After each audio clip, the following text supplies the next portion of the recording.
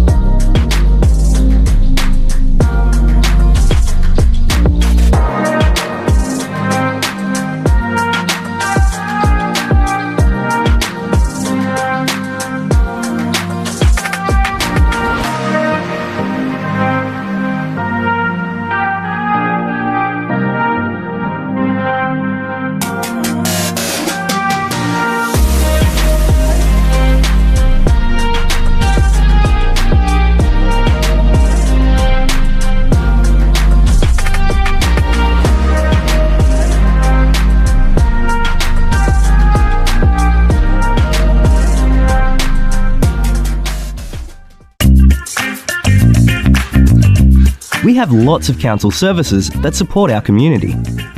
We support families with children, including health services for children and mums, vaccinations, playgroups, childcare, and kinder. We support young people in our community. Through events and activities, we have services that can support people with disability, older people, and carers and family of people with disability and older people. Our libraries support everyone in our community, help people learn new things, and are free to join. We support our community to have fun and be active through events and activities, sport, and recreation areas.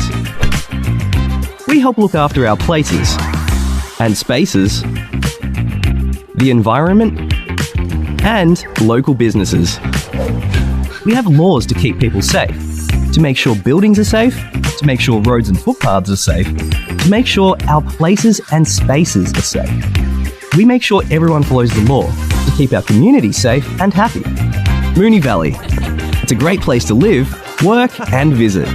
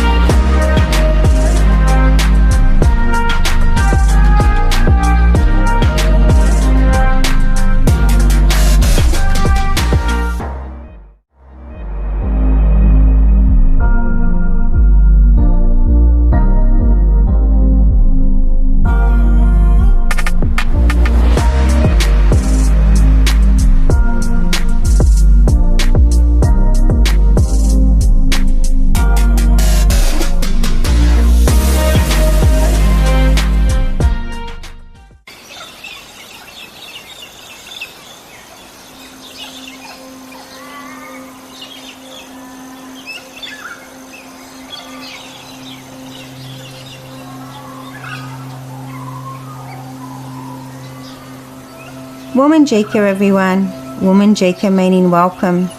My name is Auntie Julianne and I'm an elder of the Wurundjeri Woi-wurrung people, and in recognition of doing my welcome to country, I'd like to pay my respects to my elders past, present, future and any elders that were here today, and I would also like to welcome you all here today. The Wurundjeri Woi-wurrung tribe consists of three families, the Nevins, the Terricks and the Wandins, and I'm part of the Nevin family. The three families all descend from one woman called Annie Barratt, which makes us one big family. Annie Barratt is the youngest sister of William Barratt, a pioneer for Aboriginal people in the 19th century, fighting for equality and land rights. I'm here today to welcome you all to the land of my ancestors. We call the land within our tribal boundaries our country. The Kulin Nation, Kulin meaning man, is made up of 5 groups. They are the Wurundjeri Woi-wurrung, Boonwurrung, Tanarong, Wathaurong and Dja Dja Wurrung. And to give you an outline of the Wurundjeri country and the area we cover, Wurundjeri country extends from north to the Great Dividing Range, east to Mount Baw Baw, south to the Moorabbin Creek and west to the Werribee River. We cover a diverse range of land from the mountains to the beach and everything in between. Many thousands of years ago, if an Aboriginal person from another tribe wanted to cross our boundary, They would have to sit at the boundary and wait for the Narragaeta, which is the headman, or an elder to come past to give permission to cross. Traditional Aboriginal culture was highly territorial, and visitors risked a violent reprisal for crossing a tribal or clan boundary without this permission, and this is how a welcome to country originated in our culture. Traditionally, being welcomed onto country meant you respected Bunjil's law. Bunjil, the wedge-tailed eagle, is our creator, and Wah the crow is our protector. And as long as you looked after the country, you had access to our waterways and our land resources. And when you enter our country, we ask that you respect our resources, our fauna, flora and water, as they are very special to us. And when you are ready to leave, we ask that you leave it the way you found it.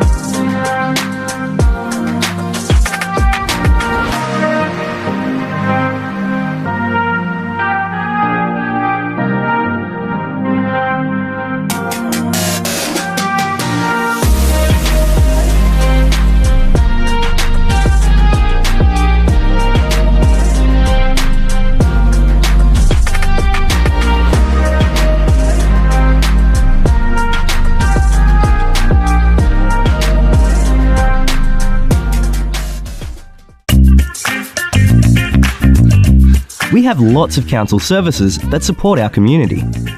We support families with children, including health services for children and mums, vaccinations, playgroups, childcare, and kinder.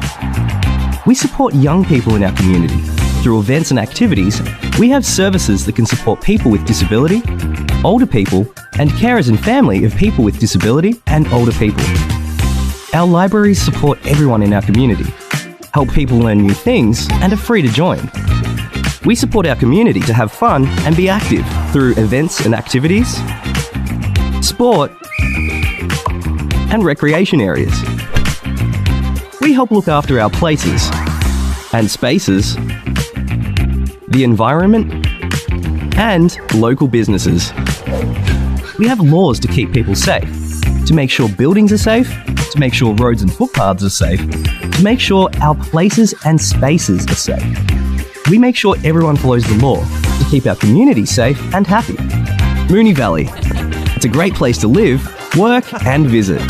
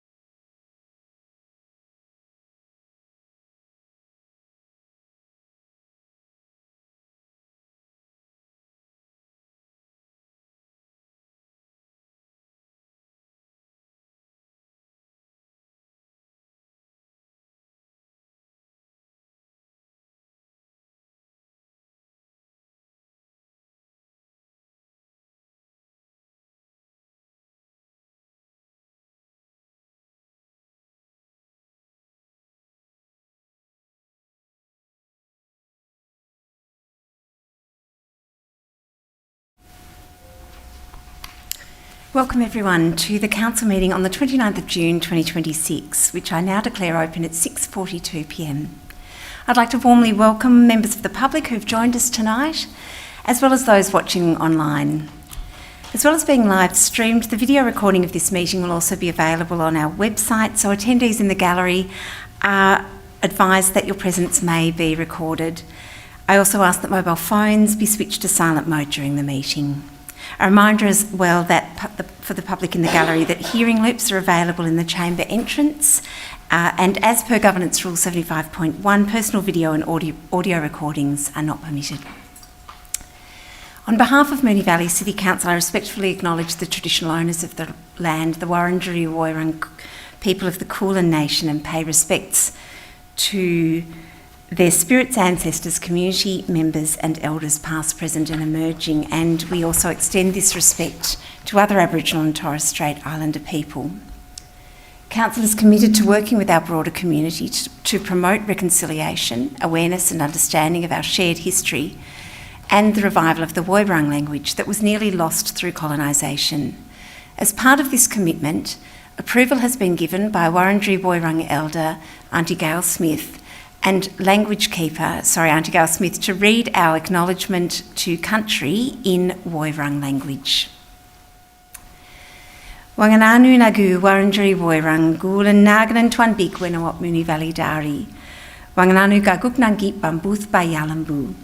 Nagit nagu nagayan tabuk gaguk nangit ba nagwaran yuong gulan magali yalambu.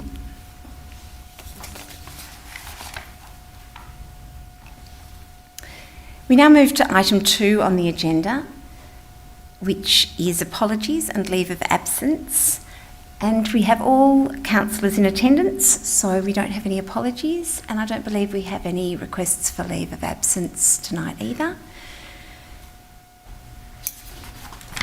That brings us to confirmation of the minutes. So we need to confirm the minutes of council meeting that was held on Tuesday, the 26th of May 2026. So councillors, is there a mover for this motion? Councillor Phil Byrne, is there a seconder? Councillor Hamish Jones, thank you. Councillor Phil Byrne, would you like to speak to the motion? Councillor Hamish Jones. Would any other councillor like to speak to the motion? In which case I'll put that to the vote. All those in favour? And that's carried unanimously, thank you. We now come to foreshadowing of conflicts of interest. Is there any councillor who'd like to flag a conflict of interest in any item on the agenda this evening? No? In which case we move to presentations. And it gives me great pleasure this evening to open up the presentations with to congratulate Councillor John Sypek, who was awarded a Medal of the Order of Australia in the General Division as part of this year's King's Birthday 2026 Honours List for his service to local government and to the community.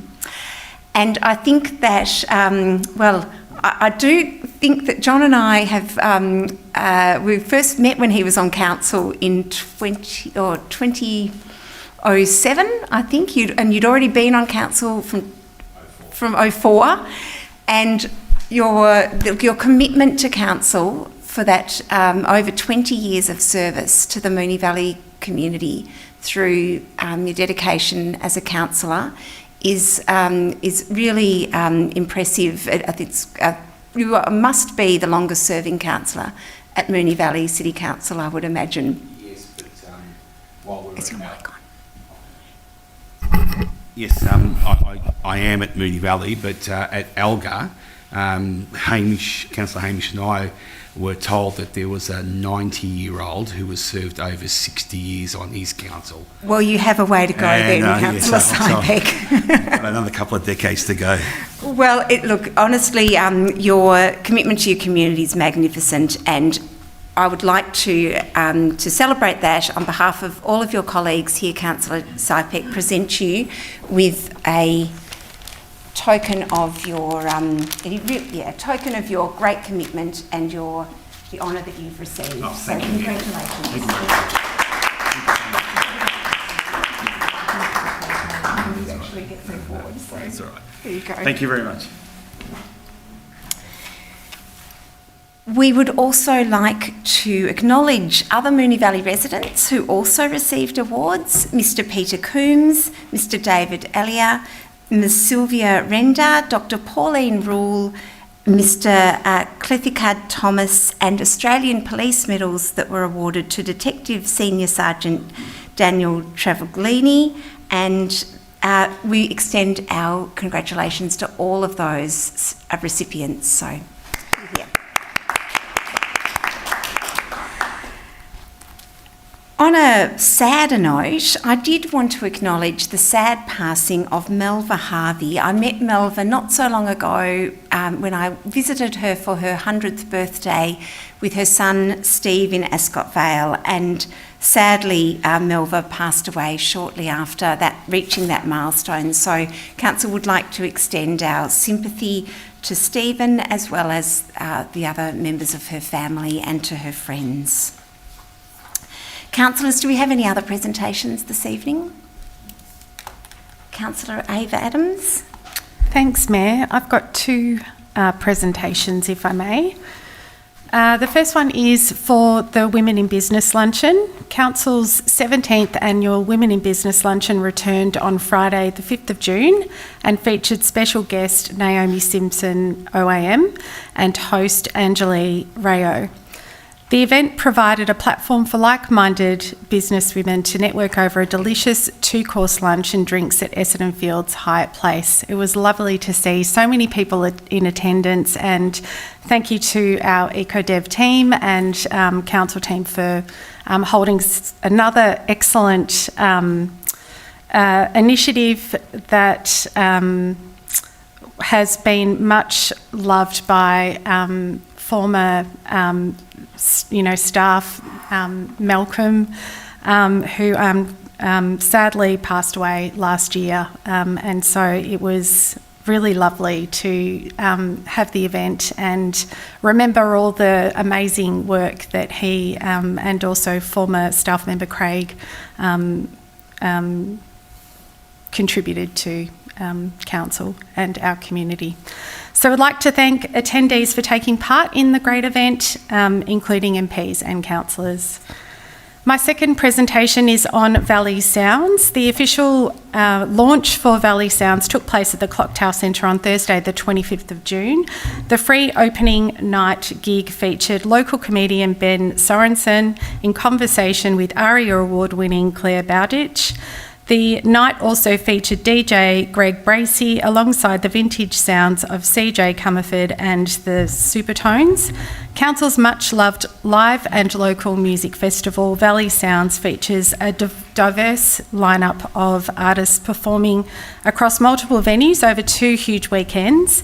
The festival runs through to Sunday the 5th of July, once again bringing the community together through the power of live music, showcasing everything from indie folk and jazz to rhythm and blues. With performances happening right across Moonee Valley, the stage is set to heat up this winter. The festival launch coincided with the announcement of Council's new live music action plan.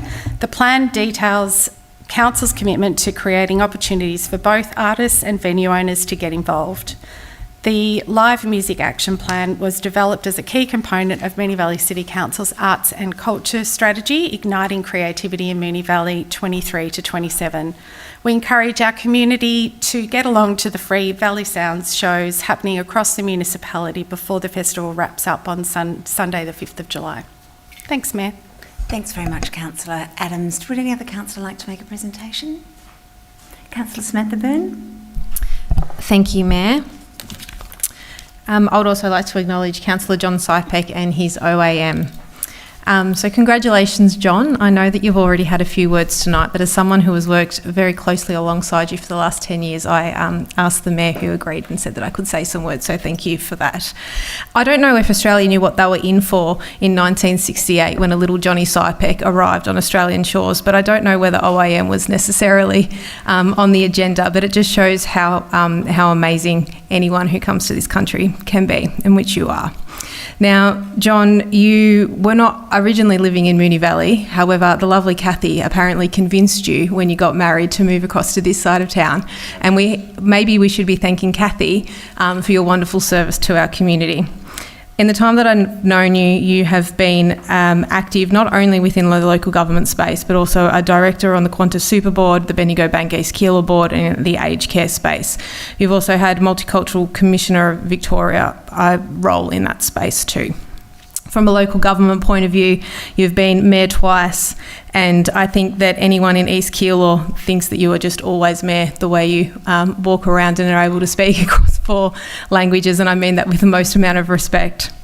You are also incredibly well known across the sporting fields and in fact just anything that local government touches. I'm so glad that I was able to be your deputy in one of your years that you were mayor, and I'm forever grateful for your leadership that you've shown over the past 20 years in local government, but 10 years that I've seen. So thank you, John, and congratulations.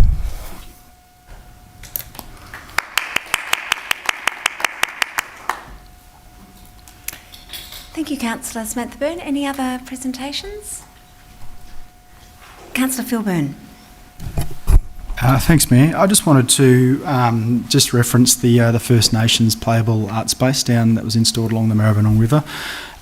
People might have remembered this one from being outside the incinerator gallery for a little while.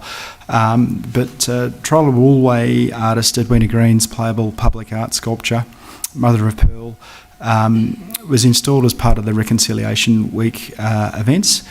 The project was joint funded from the Victorian and Commonwealth governments through the Commonwealth State Disaster Recovery funding arrangements, acknowledging the through the community recovery hubs following the 2022 flood event of the Maribyrnong River.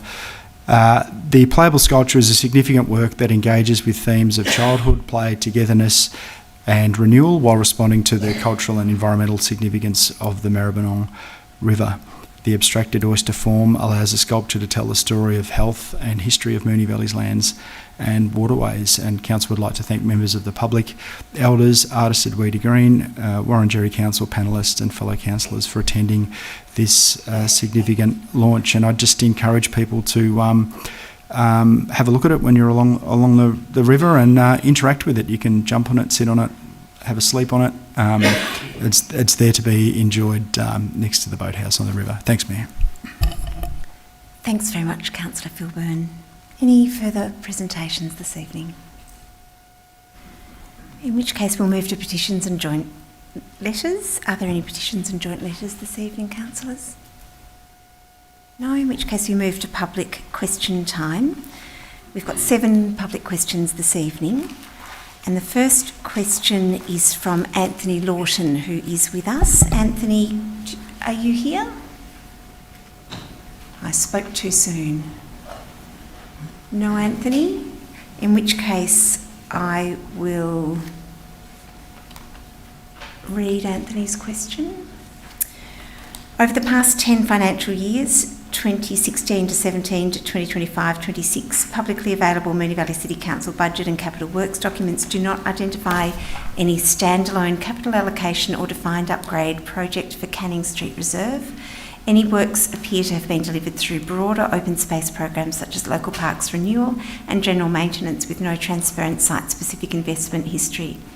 While recent minor improvements such as the installation of cricket nets are welcomed by the community, the broader condition of the reserve, including playing surface quality, perimeter fencing and car park line marking, remains visibly dated and below contemporary standards.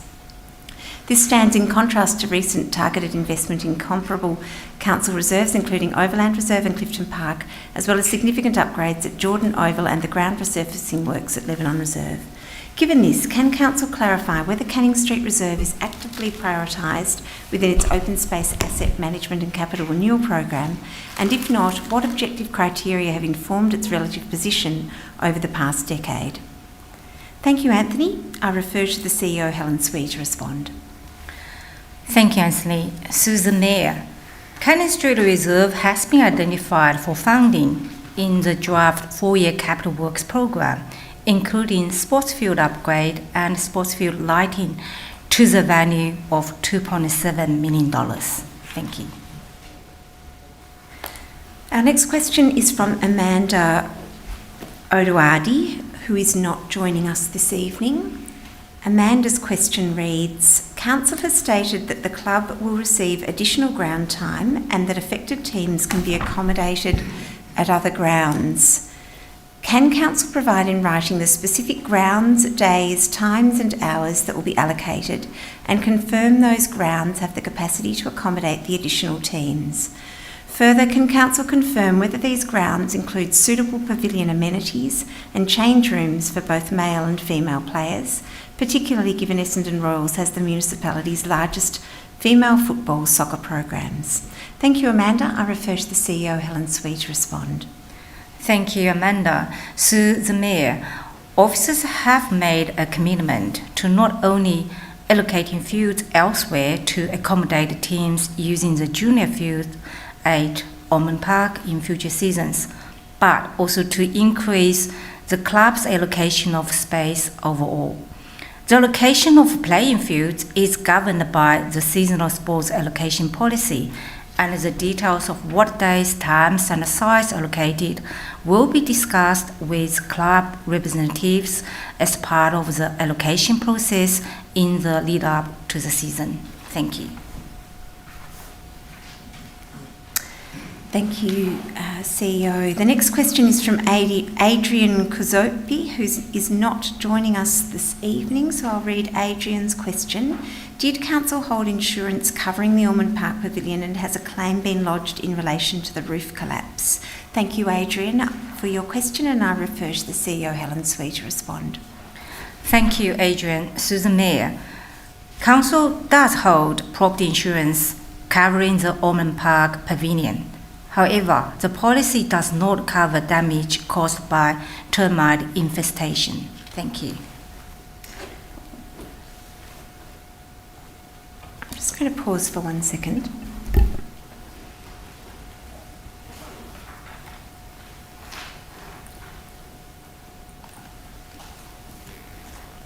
It's okay, I understand. The next two questions are submitted by Kelly Nardella and Amanda Odoardi, and they've been grouped together in accordance with Governance Rule 6110, which specifies that questions may be grouped together and a single answer provided. The first question is, before finalising any decision on Ormond Park, will Council commit to formally consulting Essendon Royals and the families who use the ground, given that engagement to date has been a single meeting? And the other question that's been grouped with that question is, if community consultation was considered important enough to pause approved lighting works at JHL and Sports Ground, why was there no comparable public and community club member consultation before deciding to demolish the Ormond Park Pavilion, removing a community football soccer club from the home it has occupied for generations? Thank you, Kelly and Amanda, for your questions, and I refer to the CEO, Helen Swee, to provide the combined response. Thank you, Kelly and Amanda. Through the Mayor, Council recognises community members have a right to be informed and participate in decision-making processes which affect their lives. Recognising that community participation contributes to better decision-making, Council aims to make decisions which balance the views, needs, issues and aspirations of the community within budgetary constraints. When determining the level of engagement on a matter, consideration is given to a range of factors including project complexity, community interests, level of social, economic and environmental impact, and legislative requirements. On this matter, the decision to close the Ormond Park Pavilion is one that balances community outcomes with Council's responsibility for sound and sustainable financial management. With this in mind, the engagement approach included discussions with club representatives to inform them of the decision on this matter. Thank you. Thank you, CEO. The last two questions are submitted by Adrian Kuzopi and Kelly Nardella, and they've been grouped together in accordance with Governance Rule 6110, which specifies that like questions may be grouped together and a single answer provided. So I'll firstly read Adrian's and Kelly's questions, which are the same. There's one question, apologies. The question reads, Council's own 2022 soccer strategy identified a need for 2 additional soccer fields by 2022 and 5 more by 2032. How does removing Essendon Royals from Ormond Park sit with that identified shortfall? And I will refer to the CEO to respond. Thank you, Kelly and Adrian.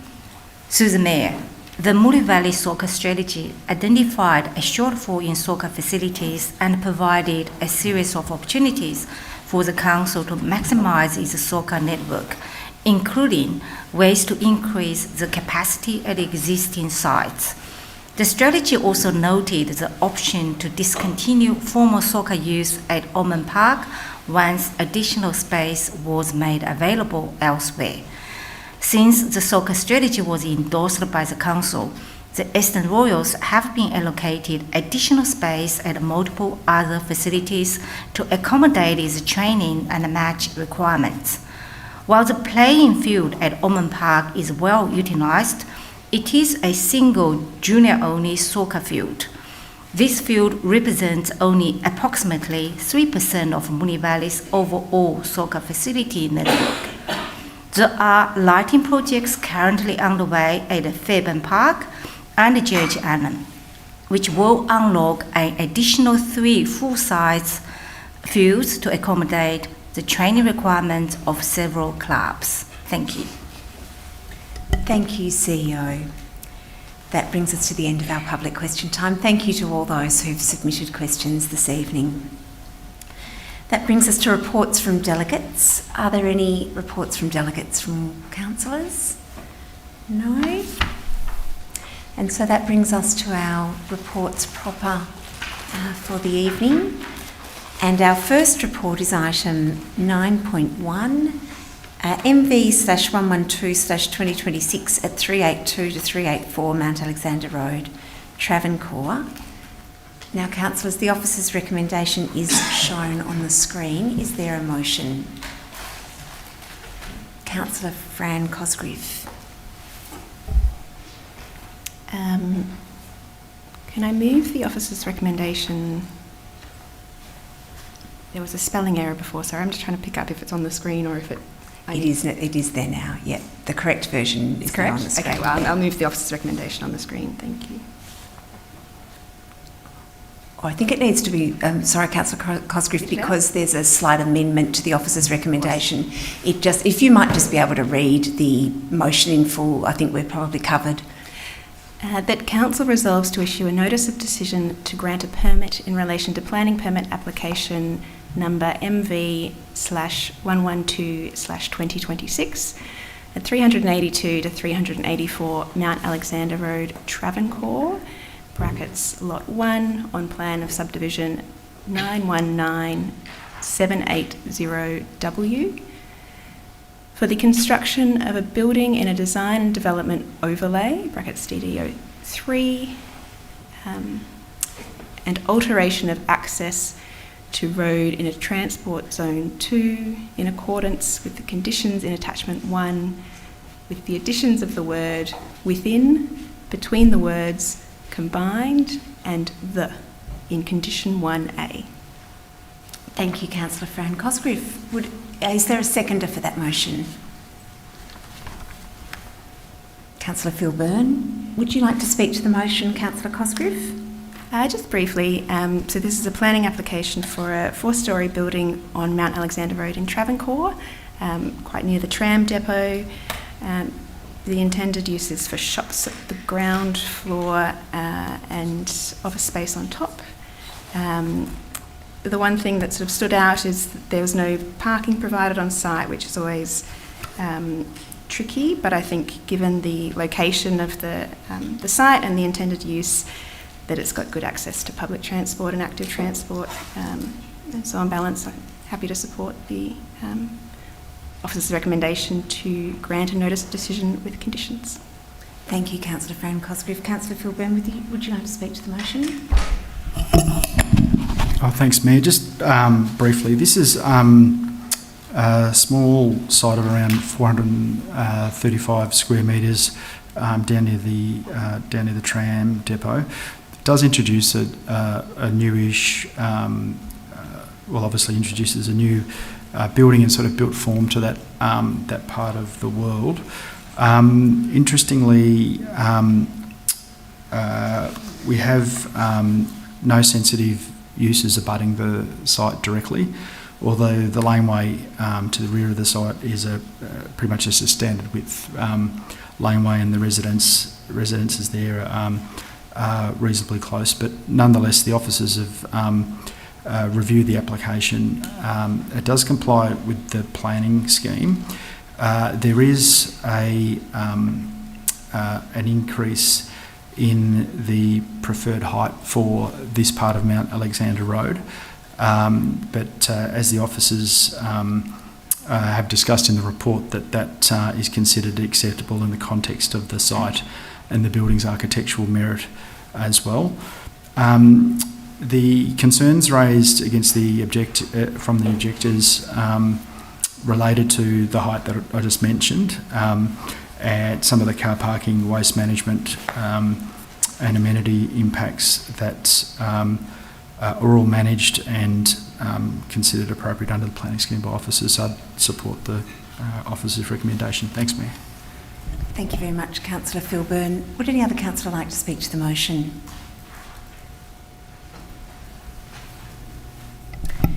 In which case, I'll put the motion to the vote. All those in favour? That's Councillor Ava Adams, Councillor John Barnes, Councillor Samantha Byrne, Councillor Phil Byrne, Councillor Paula Theocrides, Councillor Hamish Jones, Councillor Fran Cosgriff, and all of those against, Councillor John Sypek and Councillor Rose Isa. That motion is carried.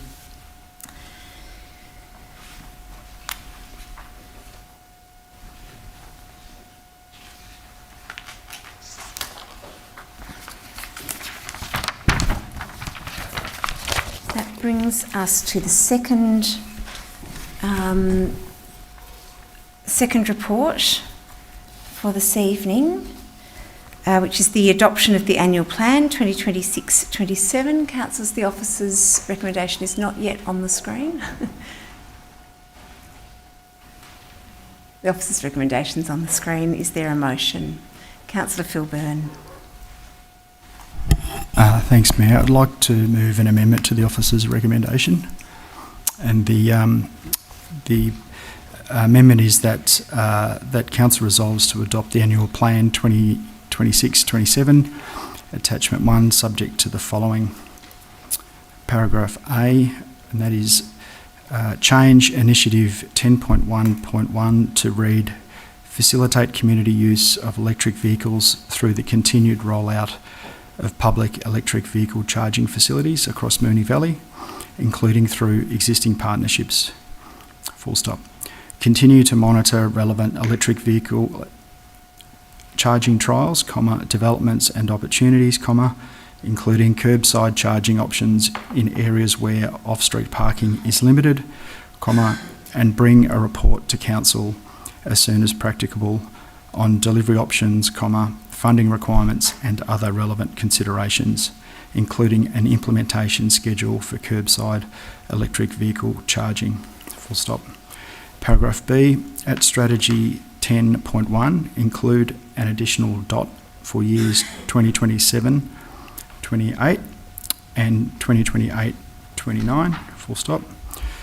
Paragraph C, at strategy 15.3, include an additional dot for years 2026-27 and include the following initiative for 2026-27. Commence work on a methodology and plan to develop a target and strategy to increase permeable surfaces across the municipality. And paragraphs 2 and 3 taken as read on the screen. Thanks, Mayor. Thanks, Councillor Phil Byrne. Is there a seconder for that motion? Councillor Fran Cosgriff. Councillor Phil Byrne, would you like to speak to the motion? Thanks, Mayor. Yes, I would. So just broadly, I just want to thank the officers for their work on the annual plan. The annual plan is one of Council's key strategic documents which puts in actions the objectives of the council plan over the coming year. The proposed amendment to the officer's report seeks to clarify the work being done by Moonee Valley at the moment with regard to supporting the community's uptake of EVs and to help council's emission targets.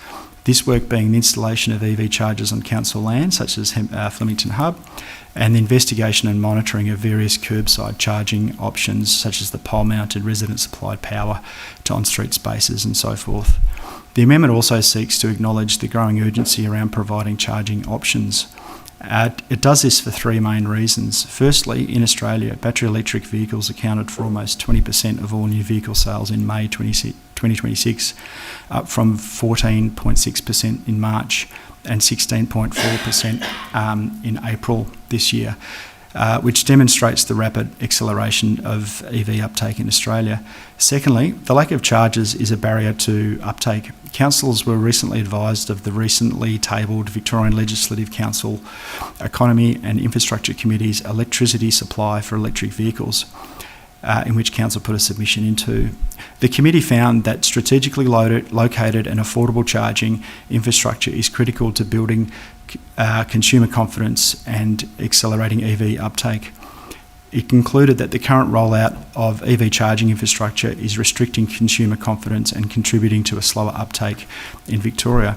And finally is cost. And while EVs are much better bang for buck than petrol or diesel vehicles, there remains a big difference in charging costs and additional charging options are required. So right now, it's 71 cents per kilowatt hour to charge at the Union Road shops, which by the way is a wonderful place to charge. There's plenty to do while you charge.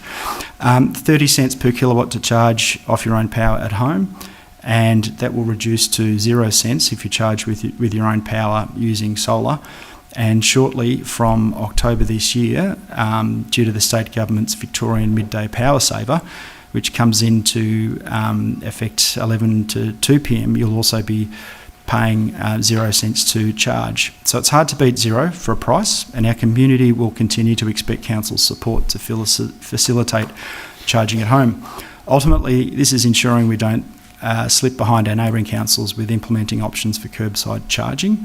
Ultimately, supporting EV uptake will lead to cleaner and quieter streets, reduced emissions and local pollution, cheaper private transport and energy security. And the final point there was around just ensuring that we get underway with our work on developing the target for permeable services across council. Thanks, Mayor. Thanks, Councillor Philburn. Councillor Fran Cosgrove, would you like to speak to the motion? Thank you, Mayor. As happy to support the amendment to the adoption of the annual plan. It is one of our key strategic documents. It sets out the organisation's work for the next financial year. Firstly, to the amendment, I suppose, happy to support this change to Initiative 10.1.1. I think when we put together the council plan for 4 years, we foresaw the need to increase the infrastructure for EV charging.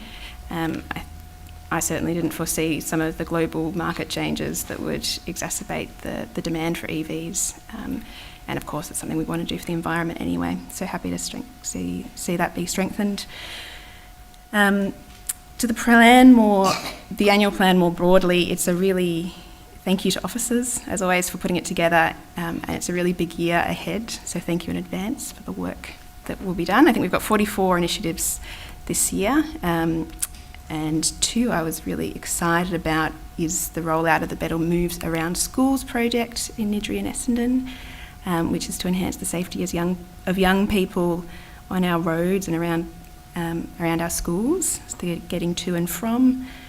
And also we are Initiative 10.2.1, which is working with the state government for the rollout of the next generation trams on the 57 and 59 routes, which will be very exciting. And of course will feed into how we can improve pedestrian safety, particularly along Mount Alexander Road in Essendon. So happy to support the amended motion. Thank you. Thanks very much, Councillor Cosgrove. Would any other councillor like to speak to the motion? Councillor Ava Adams. Thanks, Mayor. I'm really excited about our council plan that we adopted last year, and this annual plan is for the next 12 months is really exciting. There's some really great initiatives that have been, I guess, as a result of extensive community consultation that we've done in our community, as well as advocacy from all the people sitting around this table. It's reflective of priorities of our community, and there's been a lot of work done to sort of tick off some really important things that our community expects of us. Some of the exciting initiatives for Year 2 are progressing formal pathways for young people to influence council decision making. We're completing the development of the play and social recreation plan. We're continuing to work with stakeholders to advocate for external funding for Buckley Park Bowls Club and the indoor sports stadium, the Highball Stadium. Implementing the outcomes of the Better Moves Around schools in Niddrie and Essendon that Councillor Cosgriff mentioned. We're also working with the state government to support the rollout of the next generation trams across the municipality, which is really, really exciting. We're planting advanced trees in streets, parks and public areas. We're also assessing the food waste dehydration for apartments trial, which is great. That's something that's been asked for by our community. Completing the Moonee Valley housing strategy, which we've been working on for a really long time with officers. Increasing opening hours of existing public toilets, which are co-located within our sporting pavilions. So that is something that's been asked for a while as well. We're also facilitating Meet the Mayor and Councillor community program, which gives community the opportunity to meet their elected representatives at these sessions all around the municipality. So keep an eye out on socials to see when the next session is, and we hope to hear from our community at those. Thank you. Thank you, Councillor Adams. Would any other councillor like to speak to the motion? Councillor John Barnes. Thanks, Mayor. I'd like to move an amendment, please. And what's your amendment, Councillor Barnes? It is to, I'm new at this, so please give me a chance. Adopt the annual plan 2026-27 attachment 1 with the following amendment. A, an initiative 2.2.2, facilitate a free inclusive community event at Queen's Park on the 26th of January in partnership with local service clubs, sporting clubs and community organisations, providing an opportunity for all residents to come together, celebrate our diverse community, welcome new Australians, reflect on our shared history and support local community groups through fundraising. The event should be scheduled so as not to conflict with or distract from any other community events held on that day. Thanks, Councillor John Barnes. Now, I noticed you said A. We've just popped it at D following the other ones. Apologies. There. So, no, all good. Just clarifying for everyone that that's where the amendment's been inserted there. Is there a seconder for that amendment? Councillor Hamish Jones. Councillor John Barnes, would you like to speak to your amendment? Yes, please, Mayor. Thank you. 5 minutes. I'll only take one, I imagine. Look, I've been talking about Australia Day for a while, and I get stopped in the street a fair bit about getting asked for it. I did a little survey myself today. I probably asked between 30 and 40 people what they thought, and a few got angry, a few got irate, and a few were happy, and a few were sad. So it's pretty hard to please a lot of people in this beautiful country that we've got. We have citizenship ceremonies, we celebrate a lot of things, we have thousands of people we welcome to this beautiful country of ours. And on the 26th of January, everyone sees this as a day of mourning and a day of happiness, so it's really hard to please everybody, and I understand that, and not everyone's going to be pleased with how I put my presentation forward. I can't say I'm sorry, because I was I am 57 years old and I didn't do anything wrong at the time. So for me, it's hard to apologise for something that I didn't do. Thank you. We need to keep quiet in the gallery. Thank you. The word Australia, the meaning of Australia refers to anything belonging or relating to the nation of Australia, including its people, culture and environment. The name Australia derives from the Latin word Australis, which means southern. And if we can't call it Australia Day, then I sort of get a bit confused. Do we call it Country Day, People's Day, Civilians Day, Citizens Day, Persons Day, Family Day, National Day? I'm not real sure on what day we call it. It's a overwhelming response from the people that are wanting to have it as an Australian Day. There's a lot of anger, frustration that I've spoken to. I have a lot of Indigenous friends in my life who I've met, and they're great mates of mine, and some of them are 50-50, so it's hard to please my friends also, whether you're a Labor supporter, a Liberal supporter, or a One Nation supporter. The thing is, I'm an independent. I'm not governed by a party.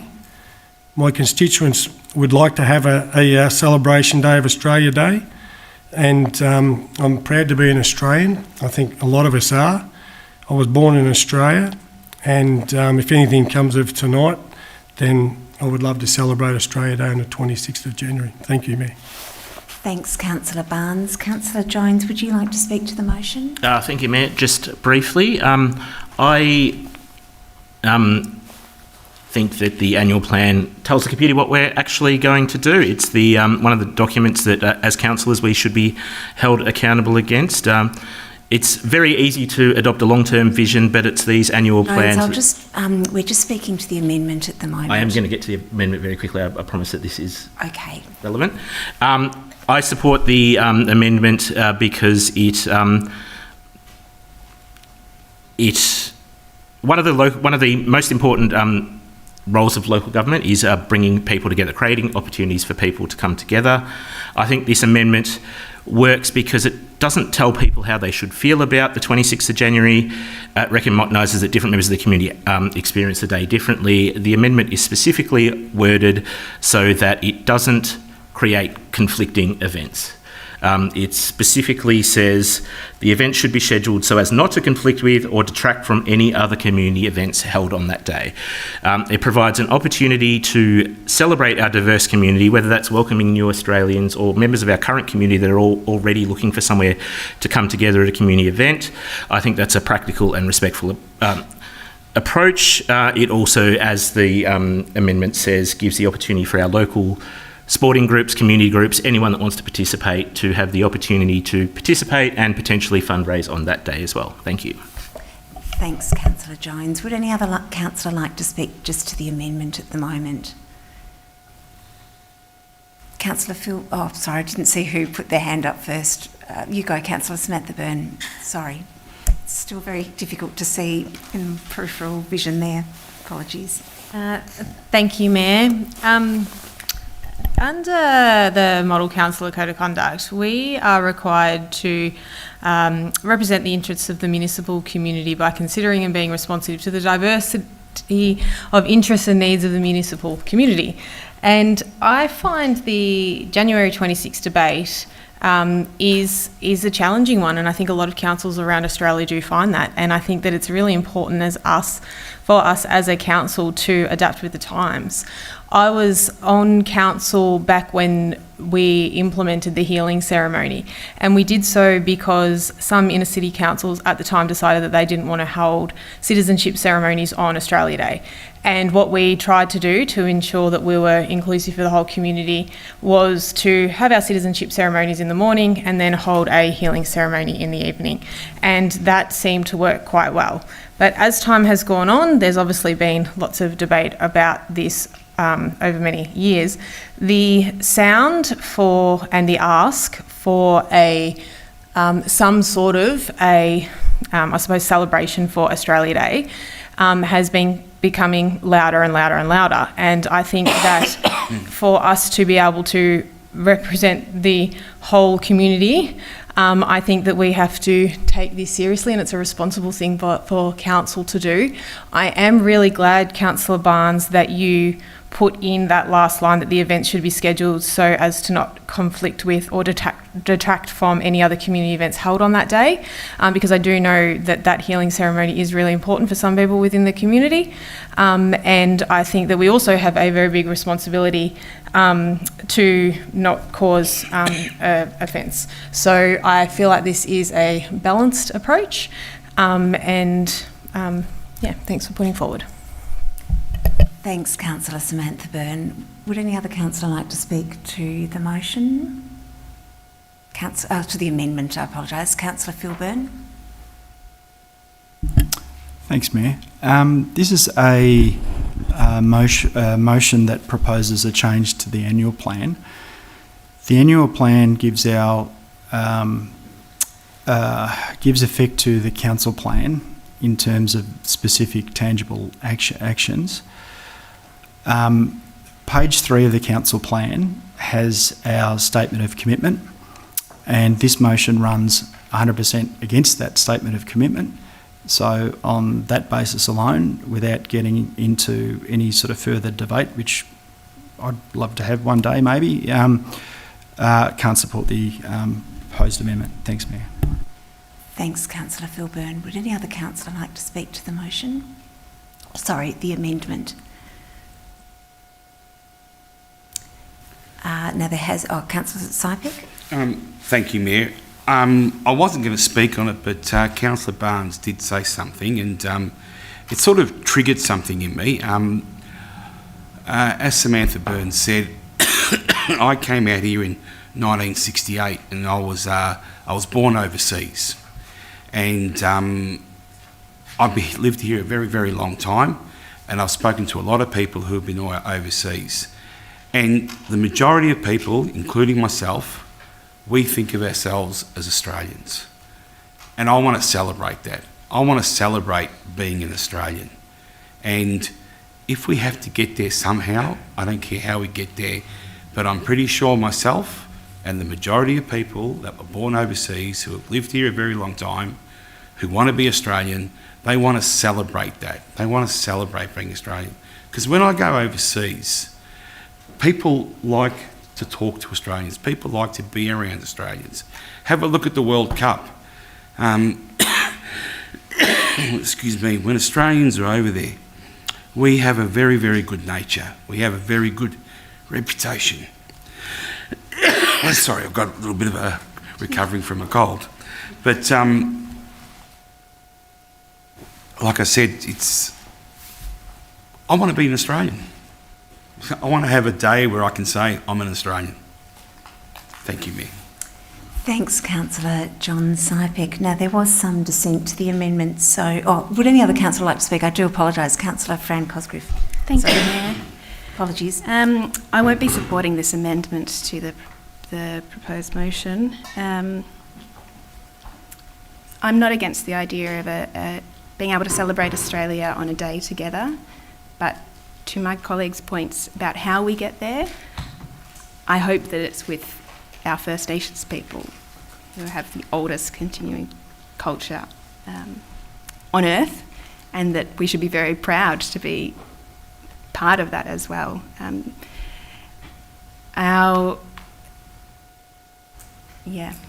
guess the loudest voices aren't always the majority. I think my area of Moonee Valley certainly voted in support of the failed referendum in 2023, and so I don't feel that they would support me, want me to be supporting this. It's not to do with being Australian being controversial. It's to do with the date and many other arguments and the like. But I think it would be it's very sensitive to put things on the 26th. We have a beautiful 26th of January, rather. We have a beautiful citizenship ceremony in the morning, and we've got a beautiful healing ceremony in the evening. I'm not quite even sure if it's feasible to implement the last part that sort of saves it from clashing with others. But I guess lastly too, I would say, the annual plan is to implement our council plan. This year in our council plan, strategy 2.2, we've got an initiative that will be to finish the social cohesion framework that promotes community development and connections, champions inclusion, and cultivates a strong sense of belonging to guide Council's programs, events, and days of recognition and communications. So I'd like for that piece of work to be completed as we plan to this year, and which is in the annual plan, and we can look to ways that we can celebrate our community together that bring the whole community along, particularly those who don't have a seat at this table. Thanks, Mayor. Thanks, Councillor Cosgriff. Would any other councillor like to speak to the motion, to the amendment? There was some dissent, so Councillor John Barnes, would you like a right of reply? Just a quick one, Mayor. Thank you. As I said, I did a little bit of a walk around and chatted with probably 30 to 40 people, and the age group was 17 to 92, and one 92-year-old lady was quite interesting to listen to. She lived a great life. She was a bit crippled. She had a walking stick, and she said, when I was born in Australia, she's 92 years here, she goes, geez, it was a good country to live in. It was peaceful, it was relaxing, it was comfortable. She used to drink a long neck with her husband at home, sitting around the old floral table, and then it just turned into a bit of a train wreck. And she's a bit sad that she's lived the last 20 years of her life, she said, because this country's turned around a lot. And it made me think. I sat back and went, wow, I'm sorry to hear that. But then the 17-year-old didn't really give a rat's. He was just like, oh yeah, that'll be right. We'll get on with it, because that's the Australian way. We just set and forget and someone else will fix it. This is not about fixing anything. It's not about getting in an argument with anybody. It's not about, race, or it's not about, anything like that. It's just purely about celebrating a day where we all come from.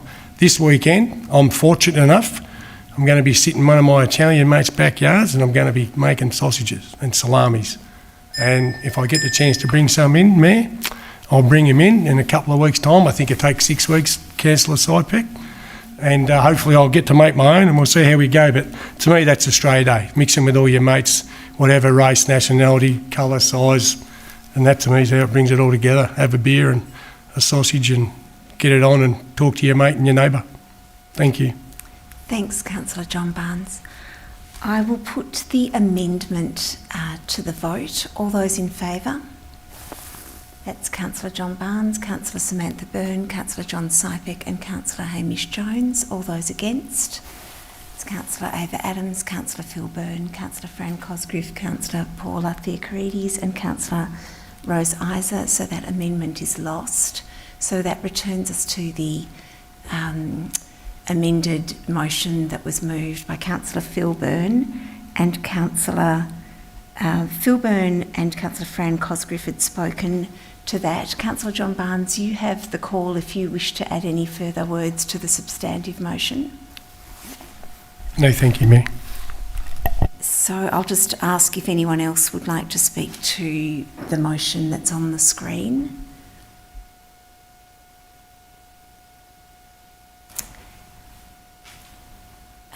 In which case, I'm not sure if the amendment classifies as a speaking against this motion. I'm not sure it does, but I'll offer a right of reply just to err on the side of caution. Would you like a right of reply, Councillor Phil? No, thanks, Mayor. Thanks, Councillor Philburn. In which case, I'll put this motion to the vote. All those in favour? That is Councillor Ava. Oh, that is carried. No, you're right. That's carried unanimously then. Thanks. So that brings us to,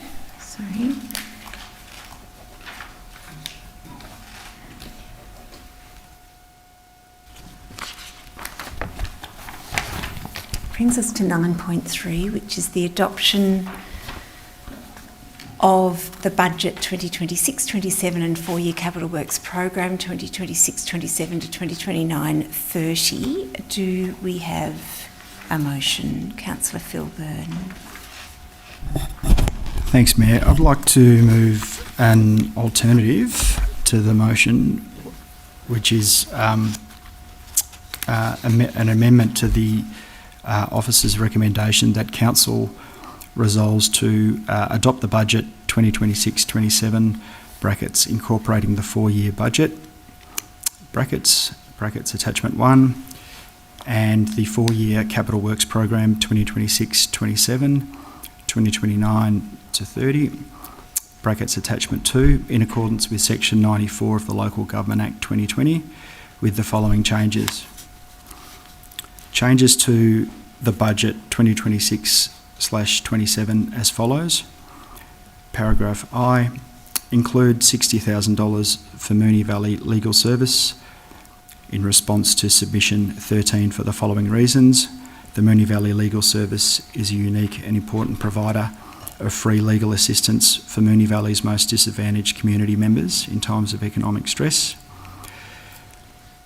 Next dot point. This funding will support Moonee Valley Legal Services work with respect to its family violence practice, providing assistance for vulnerable community members experiencing family violence. Next dot point.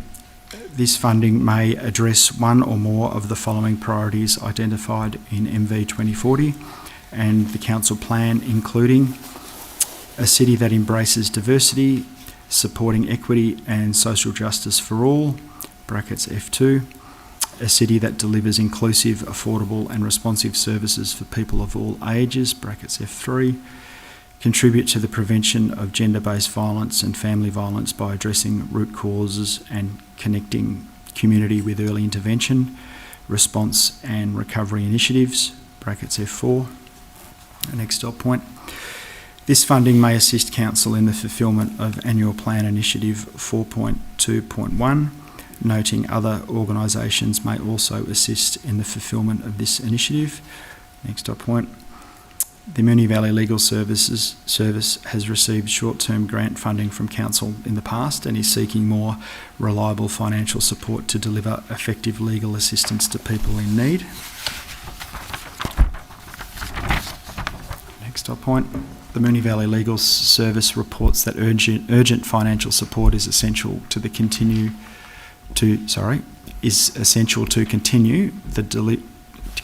to deliver its programs and that it faces risk of closure without funding certainty. Next point. Any funding potentially provided through a partnership grant will not be available for 15 weeks from the closure of the grants round. Next point. The current partnerships grants are not open to applicants who have already commenced the grant project/activity. Next point. Maximum funding available under existing partnership grants is $80,000 over 4 years.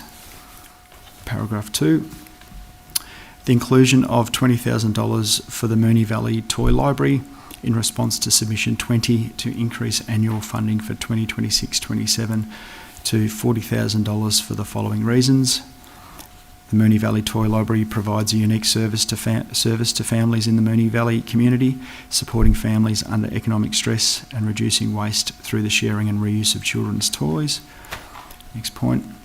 This funding may address one or more of the following priorities identified in MV 2040 and the Council Plan, including a city that embraces diversity, supporting equity and social justice for all, brackets F2, a city that delivers inclusive, affordable and responsive services for people of all ages, brackets F3.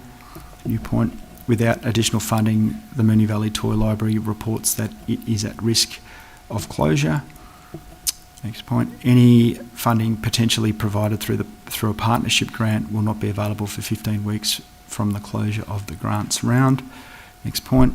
The current partnership grants are not open to applicants who have already commenced the grant project/activity or who have an existing community grant, brackets, in any stream that is still in progress. Next point. Maximum funding available under the existing partnership grants is $80,000 over 4 years. While a review is undertaken to explore Moonee Valley Toy Library's financial sustainability, including optimal hours, locations and funding sources, with the CEO to report to Council on this review no later than February 2027.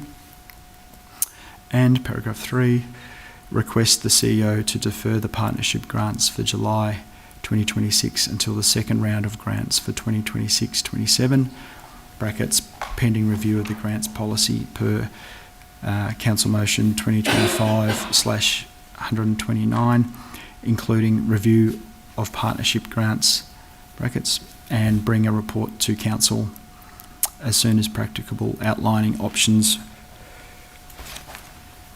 for a policy framework or approach for recurrent funding service agreements, potentially aligned with the partnerships grants, that includes clear eligibility and assessment criteria and acquittal and evaluation processes to enable Council to consider no later than April 2027 the recurring funding service agreements with the Moonee Valley Legal Service and the Moonee Valley Toy Library.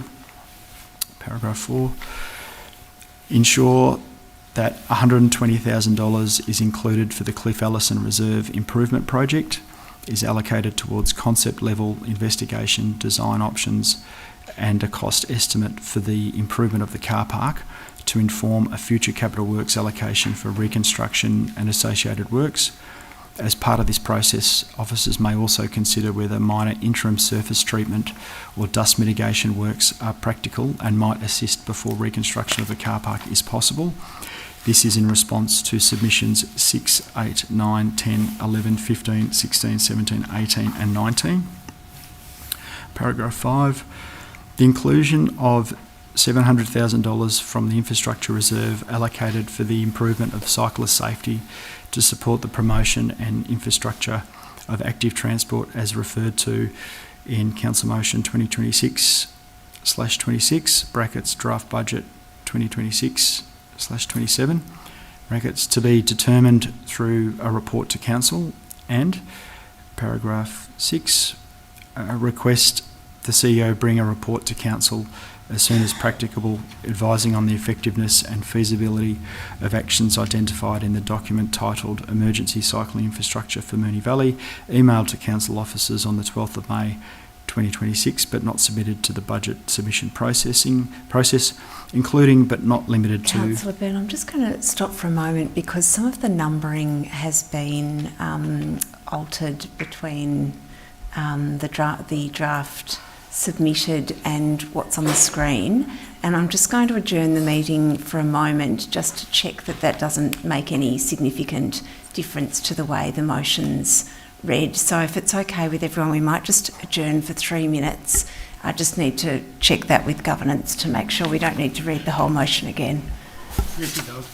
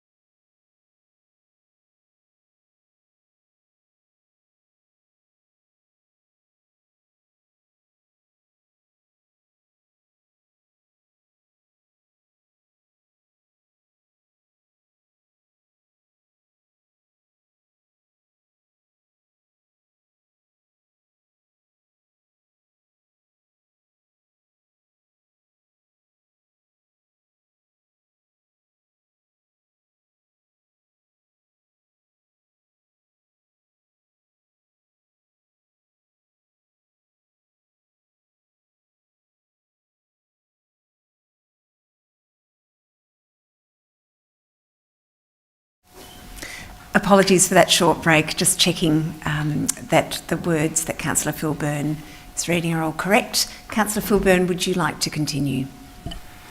Thanks, Mayor. Yeah, I just want to, before I continue where I was up to, which was at 6, just about to read out paragraph A. Going back to paragraph 4, I just want to confirm that after $120,000 is referenced, I may or may not have included the word is. Perhaps if you could just read the beginning of point 4 again. Yeah, so the first line of point 4 is ensure that $120,000 included... Councillor Philburn, do you mind just reading what's on the screen behind you that's highlighted in grey? Just behind you. Yeah, I've got it up on the screen here on the...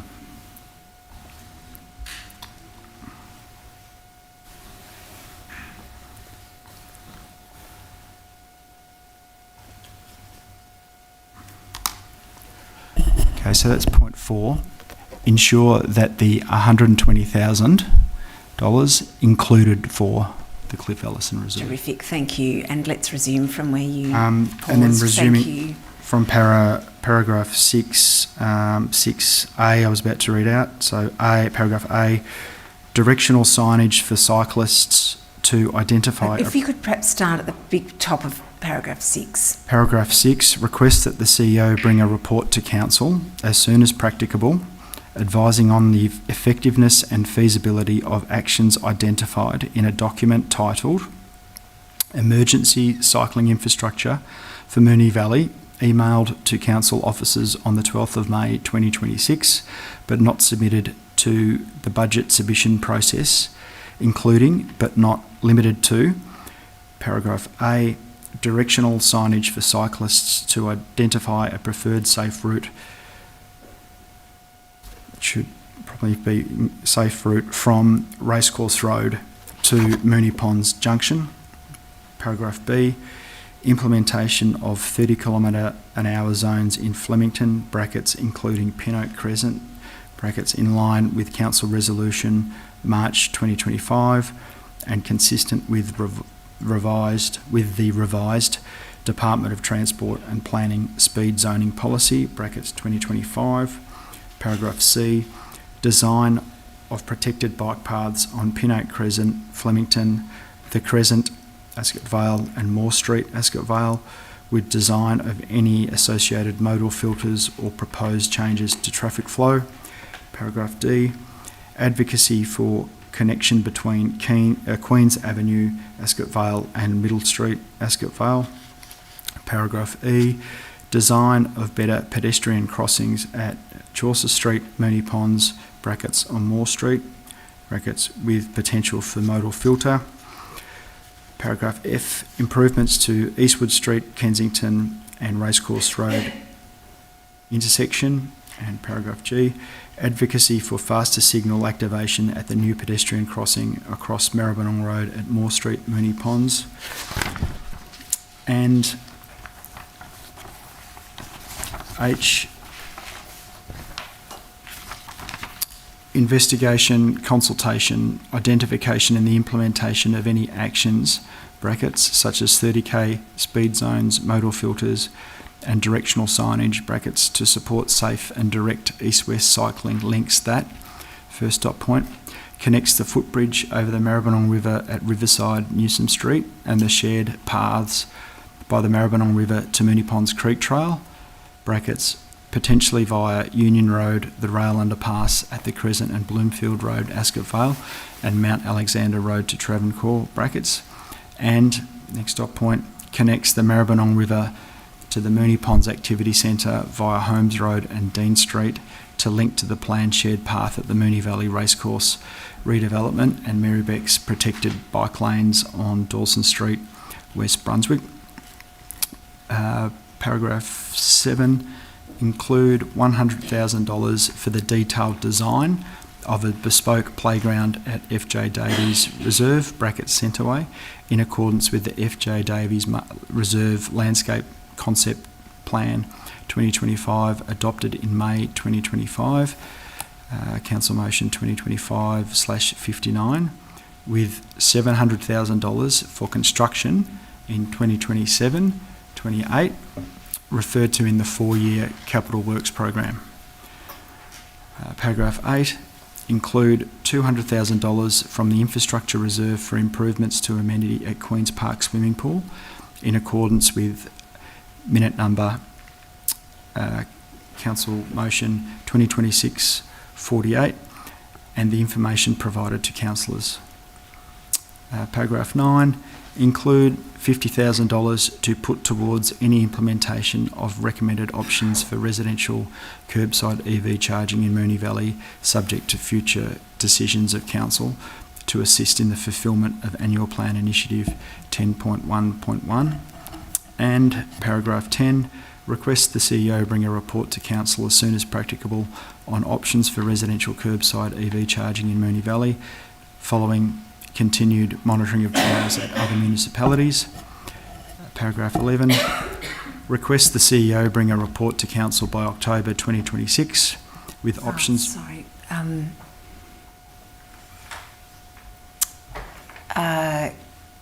Councillor Byrne would.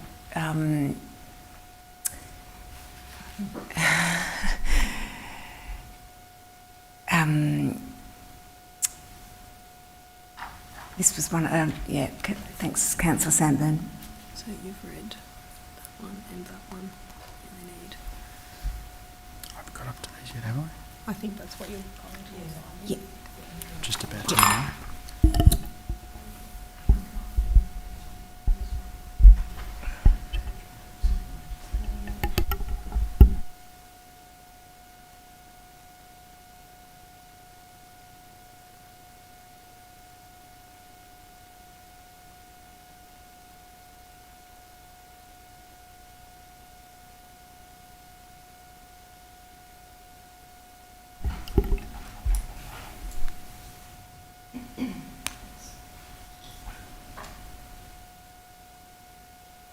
So we'll just start again at, I think we just read 10.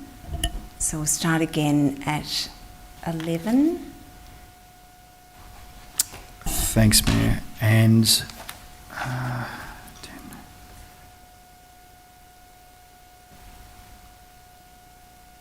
Do you need an adjournment? Yeah, let's just a 2-minute one, if that's all right. We'll just adjourn for 2 minutes. Apologies.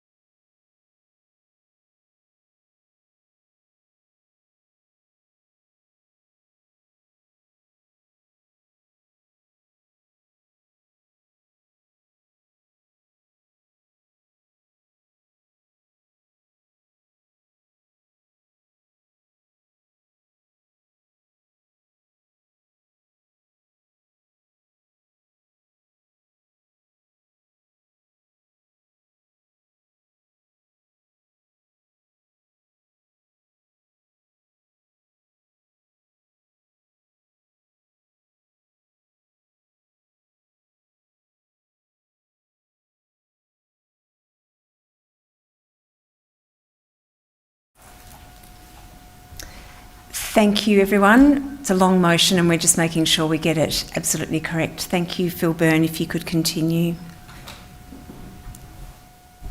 Thanks, Mayor.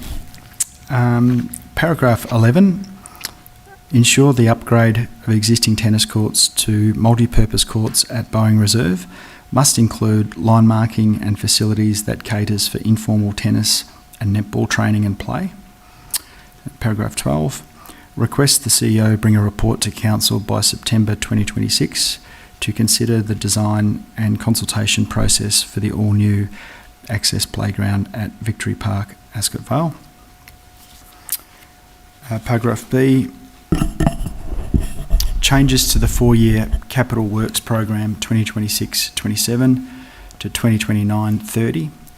Paragraph 1, Tennis Facilities Program, removal of Airport West Tennis Club renewal courts 3 and 4 design, brackets $120,000, brackets, and lighting upgrades courts 5 and 6 design in 2027-2028, and construction in 2028/29, brackets $855,000, brackets, and inclusion instead of Avondale Heights Tennis Club renewal, courts 5 and 6, including lights design in 2027/2028, brackets $75,000, brackets, and construction in 2028/29, brackets $840,000, brackets, with any other necessary adjustments to the program.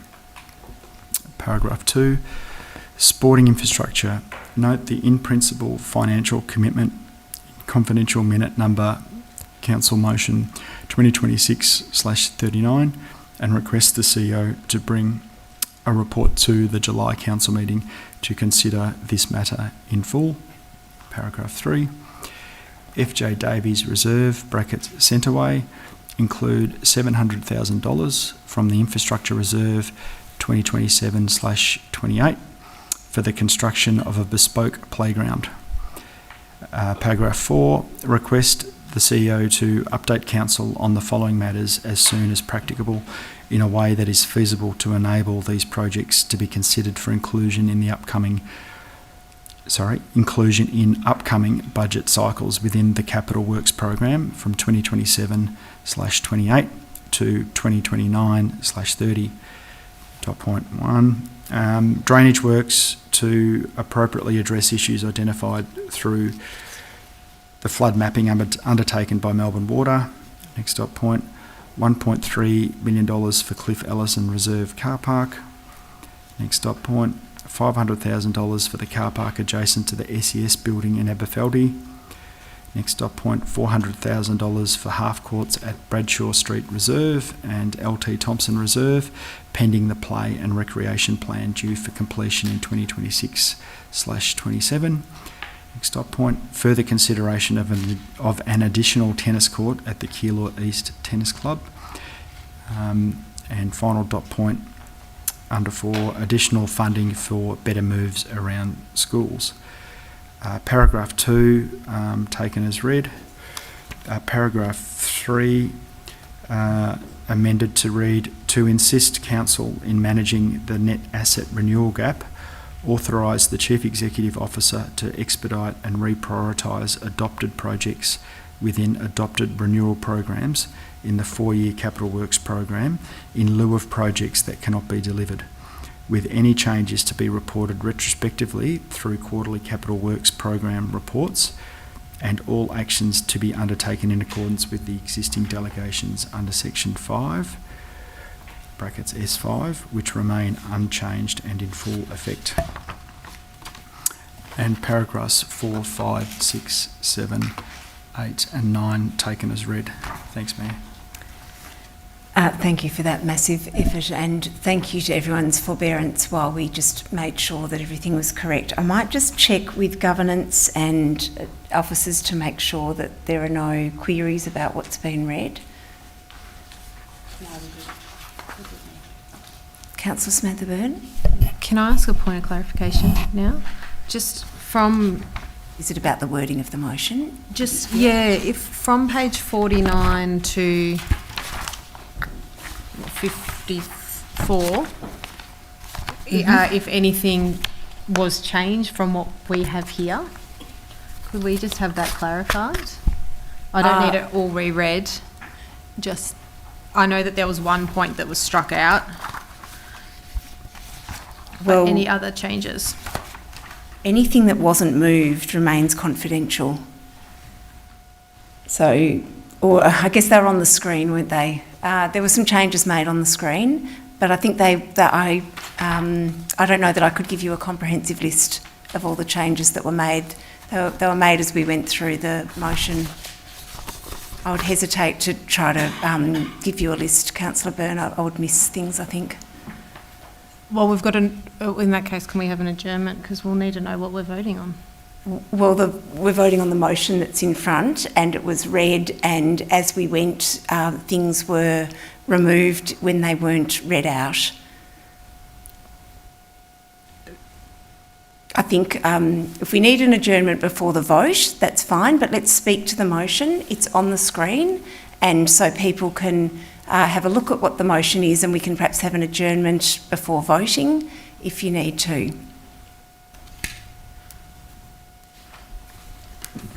Councillor Phil Byrne, do we have a seconder? Sorry, do we have a seconder? Councillor Fran Cosgriff. Councillor Phil Byrne, would you like to speak to the motion? Thanks, Mayor. I'll cover a couple of points in the motion and leave it up to others to fill the gaps on matters that of particular interest and that they've been involved in. I think just a couple of the key things that this motion looks to do is to acknowledge the challenging situation that the Moonee Valley Legal Service and also the Moonee Valley Toy Library are in with regards to their funding and the services that they provide to the Moonee Valley community there as well. In particular, the work of the Moonee Valley Legal Service and their work around family violence support and assistance that they provide the community. I just see this as a very on-ground, tangible way of support in an area that, quite frankly, I think we feel sort of pretty helpless at times. You know, going to breakfasts and all of these sorts of things to promote awareness. But you know, this is a group that's actually providing that on-ground service to the local community, Moonee Valley community. So I think that funding's critical to do that. Also, just wanted to also acknowledge a lot about the active transport that measures that have been put into this budget, and I acknowledge that there's a lot of things happening in this space at the moment with various local area management plans, the integrated transport work, and so forth. But a lot of the points that are measured are raised and put into the budget around active transport are the points that stakeholders continue to raise with council and councillors, and it's pretty low spend for some of the huge benefits that that can provide people getting around, in particular with fuel and transport costs being high as well. They're probably the points that I'll cover for now, Mayor, and I'll leave it up to others to fill the gaps. And I just wanted to acknowledge the work of the of council officers and the chief financial officer as well, with the work that gets done each year on the budget and the capital works program. Thanks, Mayor. Thank you, Councillor Phil Byrne. Councillor Fran Cosgriff, would you like to speak to the motion? I will, thank you. I also want to acknowledge and thank the officers for the huge amount of work that's gone into both this annual budget process and the 4-year capital works program that's coming to us tonight. Being able to adopt these two documents together, as I understand, has taken many years of work behind the scenes to get us to this place, and it allows us to be more transparent with the community and to plan better and be more agile in terms of the delivery of our capital works program going forward. The amendments before us, I mean, the length of the amendment speaks to the length of the documents and the complexity of the work that goes in, because you shift something somewhere and something else moves. But the amendments before us are a result of the annual budget submission process that we do every year, and where we hear from the community about projects that we might have missed or maybe need to reprioritise. I'd like to thank all of the residents around Cliff Allison Reserve who made submissions to this year's budget process, with the issue of the very dusty car park that impacts many of them. The submissions that come from the community provide us with greater clarity on the problems so that we can better address them. And so I'm hopeful, depending on how tonight goes, that we might be able to start to address that problem in the next financial year. And I guess on the first part of this that speaks to the legal service and the toy library, through the submissions process this year, and as part of having a much more kind of fulsome view of the 4-year capital works and budget process together, it's sort of became evident to me, at least, that there's some work we need to do on our the structure of our grants program at council. So I support the request for that to come back to us, particularly in relation to our partnership grants. We have many amazing community groups in Moonee Valley who provide all sorts of vital services that it wouldn't be viable or practical for council to deliver ourselves, but are nonetheless, I think essential, like legal service and material aid and other things. And at the moment we have this partnership program where they can apply for a partnership grant with us, which is great, but if they're already an existing program, they can't then apply for a second one necessarily, and there's also this very lengthy gap where they're left without funding potentially for at least 15 weeks, if not more. And so I hope that the first part of this amendment addresses that, so our community doesn't go without services during that time that I think are vitally important. Thank you.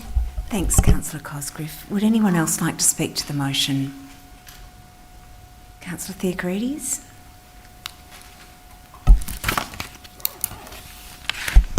Thank you, Mayor. I'll be supporting this motion because I believe it strengthens what is already a responsible budget by responding not only to community submissions, but also to the issues residents, community groups and local business owners have consistently raised directly with me and my fellow councillors. One of the amendments I particularly welcome is the commitment to improving cycling infrastructure. Active transport is about giving people genuine transport choice, whether someone rides to work, to school, for recreation, or because they don't own a car, they deserve safe and connected infrastructure.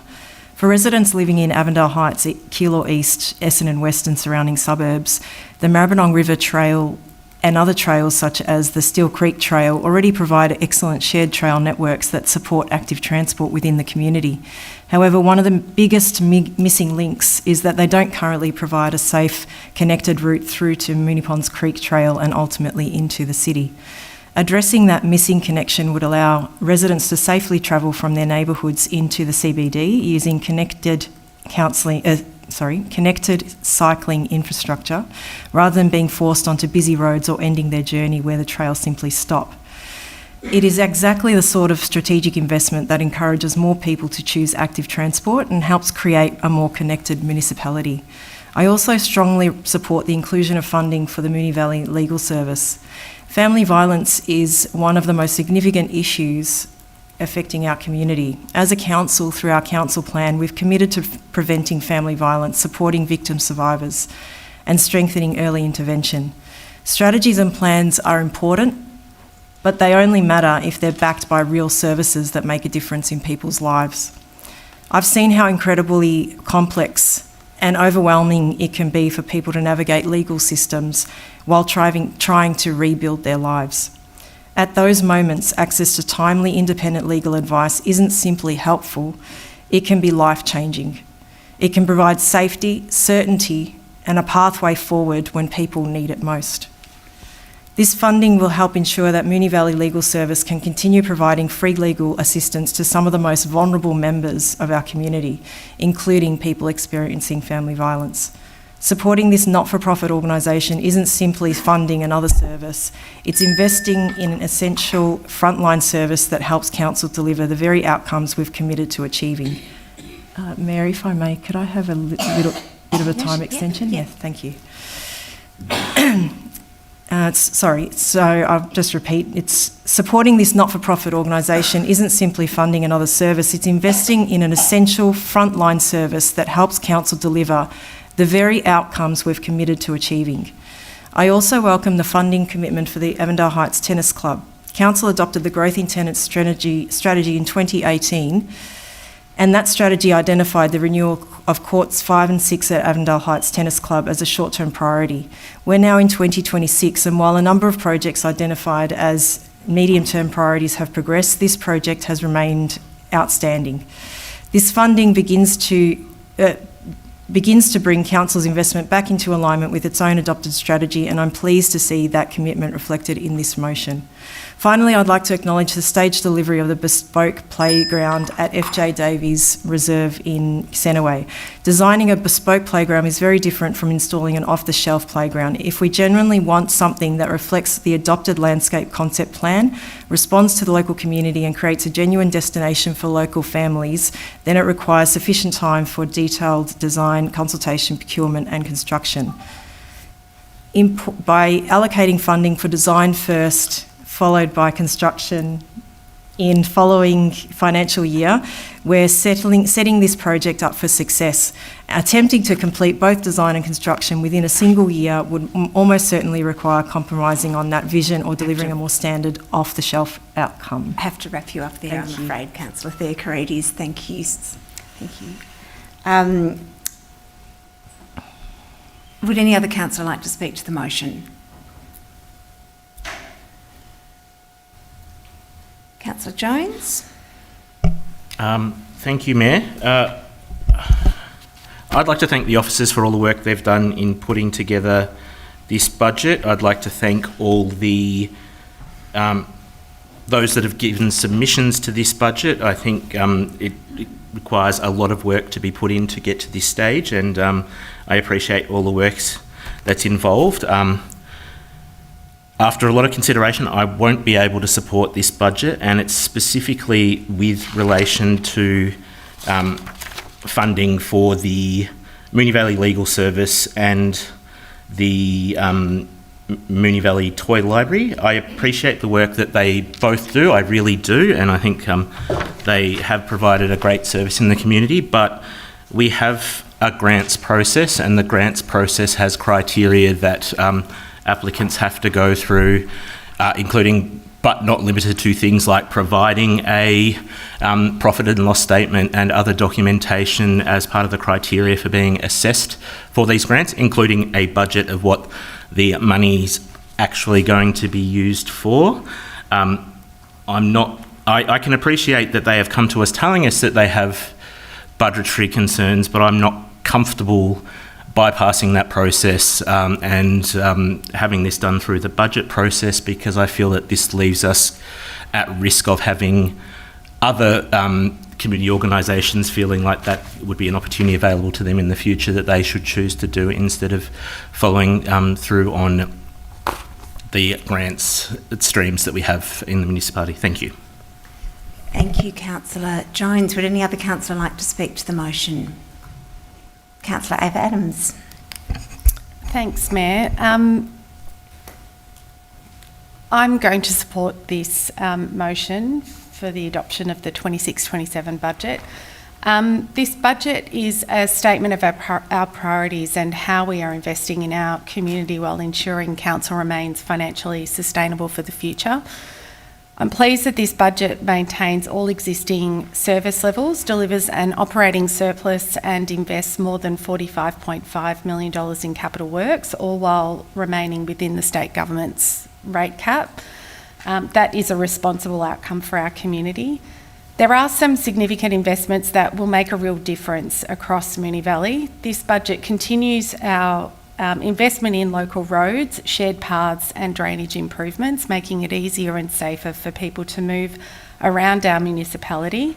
It delivers upgrades to sporting pavilions at Walter Street Reserve and Airport West Tennis Club, invests in sports field renewals and lighting, and provides ongoing improvements to our parks and play spaces.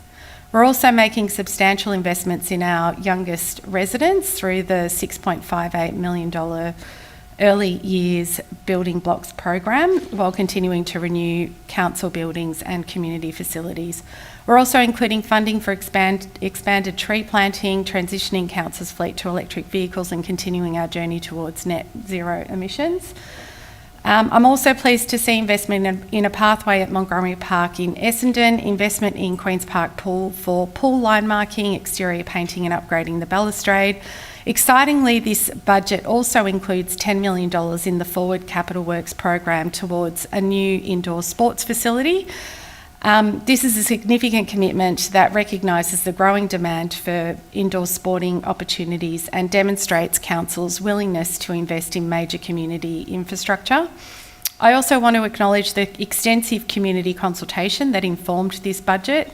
That process is designed for our community to, come to us through the submission process to, advocate for the things that they need, especially in times of need.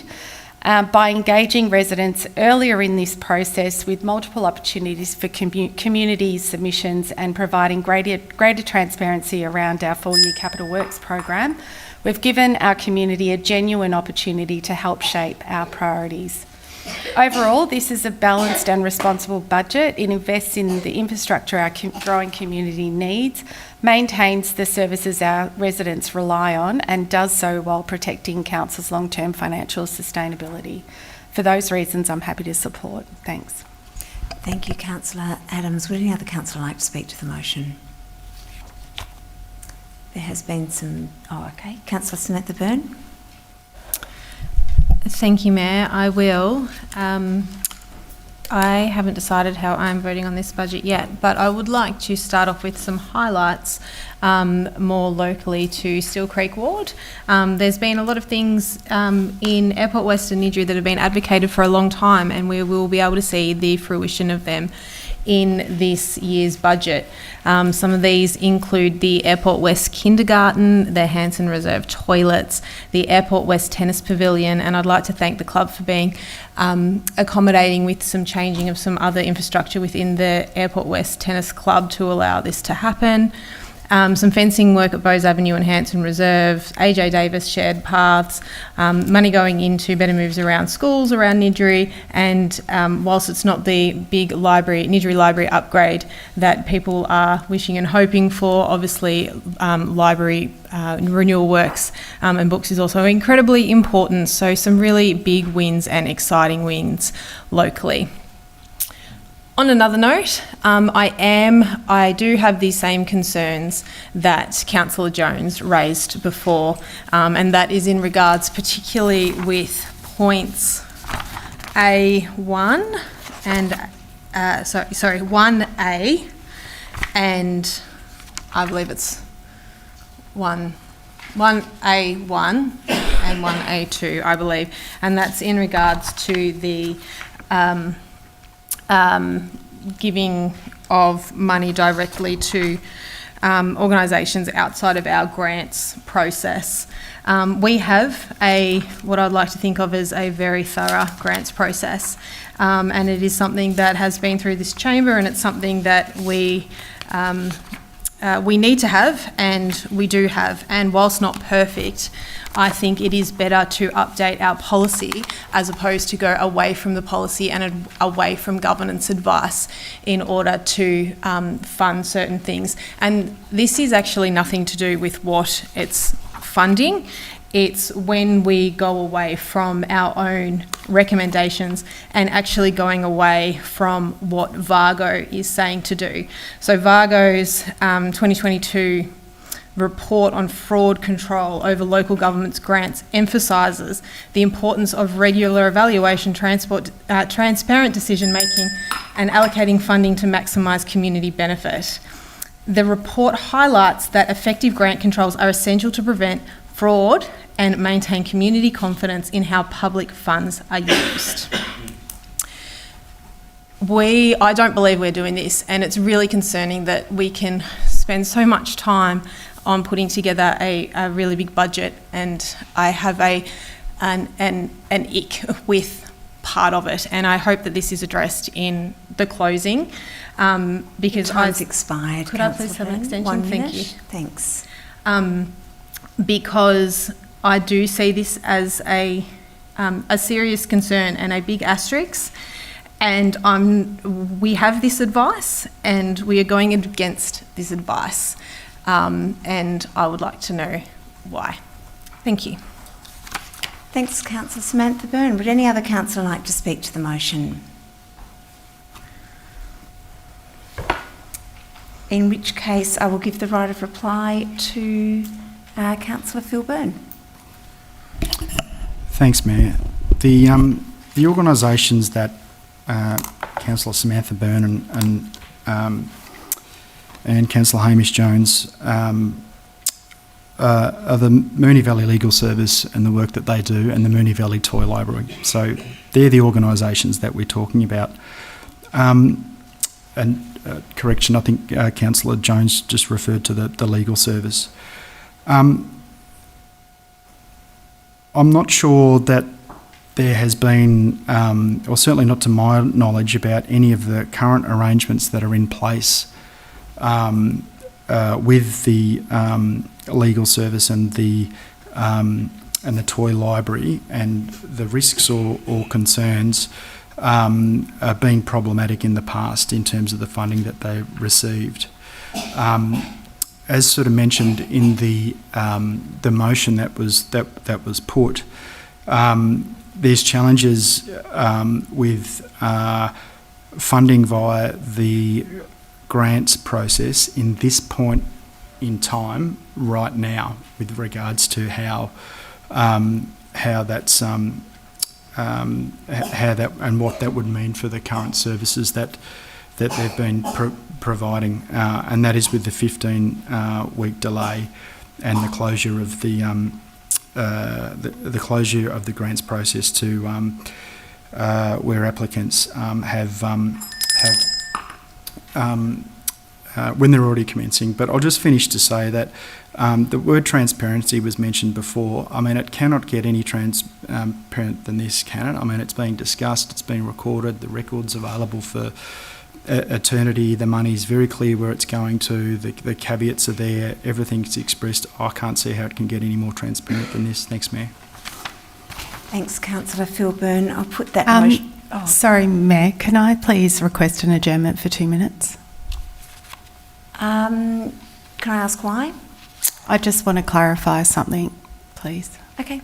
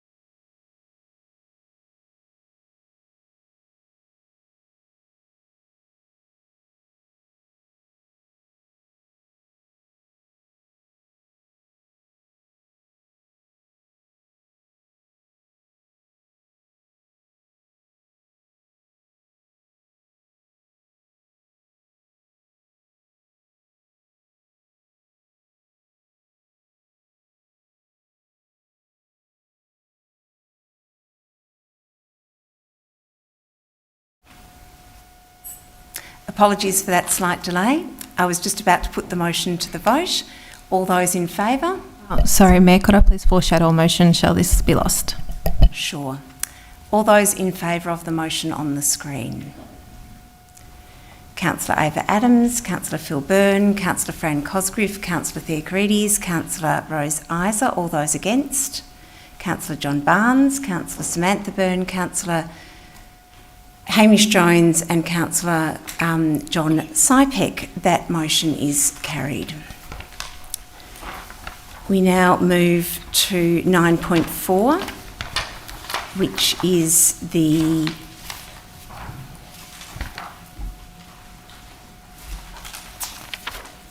endorsement of the Planning Scheme Review Report for public consultation. The officer's recommendation is on the screen. Is there a motion? Councillor Hamish Jones.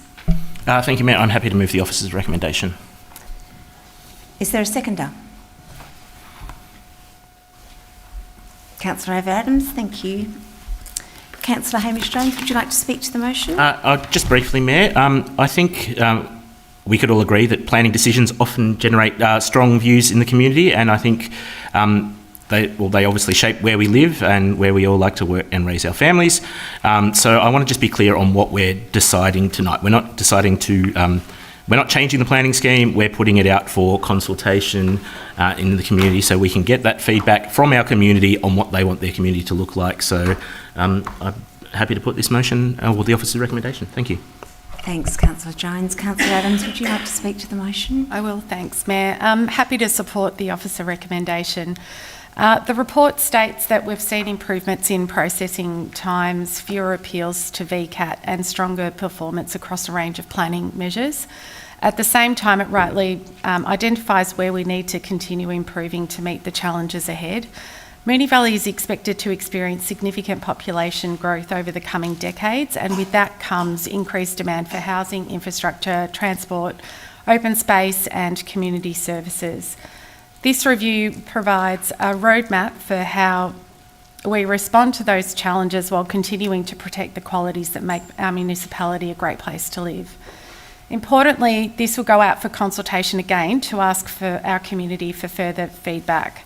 Extensive engagement has already taken place with residents, planning professionals, internal teams and the Wurundjeri Wurrung Aboriginal Cultural Heritage Corporation. This next stage gives everyone the opportunity to confirm that the priorities and issues identified accurately reflect what they've told us. I also welcome the report's focus on balancing housing growth with neighbourhood character, improving sustainability and climate resilience, protecting heritage, strengthening economic opportunities and ensuring infrastructure keeps pace with development. Public consultation will help to ensure that the final report is robust, balanced and informed by those who live, work and invest in Moonee Valley. So I'm happy to support the officer's recommendation. Thanks, Mayor. Thanks, Councillor Adams. Would any other councillor like to speak to the motion? Councillor Samantha Byrne. Sure, thank you. I've got massive reservations about this planning scheme review, noting that it is only putting it out for public consultation. I do understand that Council is required under Section 12B of the Planning Environment Act 1987 to review its planning scheme every 4 years and submit the report to the Minister for Planning, and that this review is required to be completed by the 31st of October 2026. However, there have been significant changes introduced over the past couple of years and how this is reshaping, and planning is becoming a very scary word in Moonee Valley, and some would say that it's been scary for quite some time. The Victorian Government has set a target of 47,500 new homes by 2051, and I really struggle to see how our municipality will be able to cater for that. I understand that that is why we're doing a planning scheme review and we are trying to accommodate that, but I just don't think that it's realistic. I don't necessarily have the answers though, because I don't like to go necessarily against what we are supposed to be doing as a council, but we're going to potentially be putting this out for consultation, and I can already I can already hear what a lot of the consultation is going to say, which is those numbers are just unrealistic and that we likely won't be able to get there in an appropriate response, which means the livability for everyone who current residents and future residents. So I will wait to hear the rest of the debate, see how it goes, and whilst I acknowledge that this is an incredibly big and important piece of work, I am mindful of just going too quickly in something that's so important. Thanks.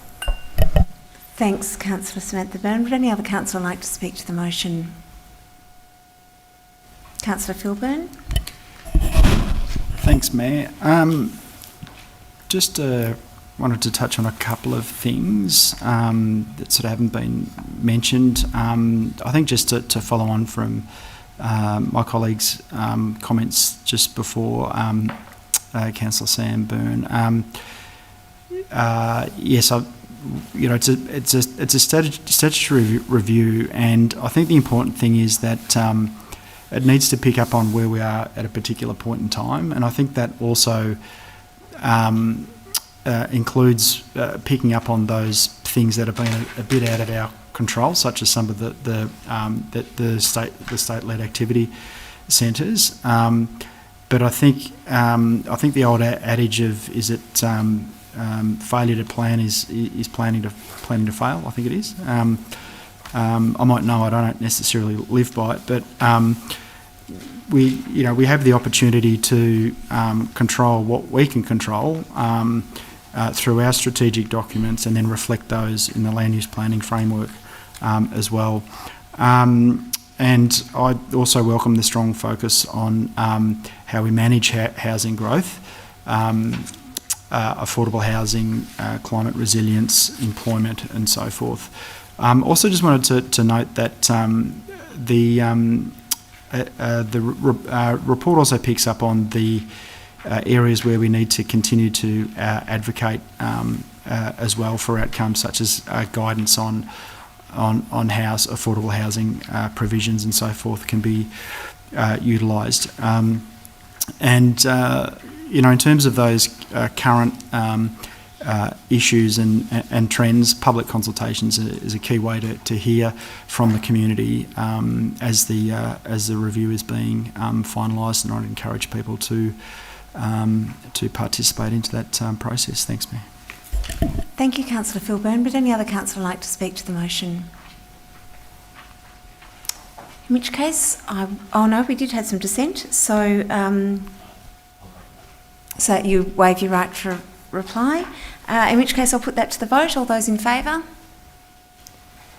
That's Councillor Ava Adams, Councillor Phil Byrne, Councillor Fran Cosgriff, Councillor Hamish Jones, Councillor Paula Theocharides, Councillor Rose Isa. All those against?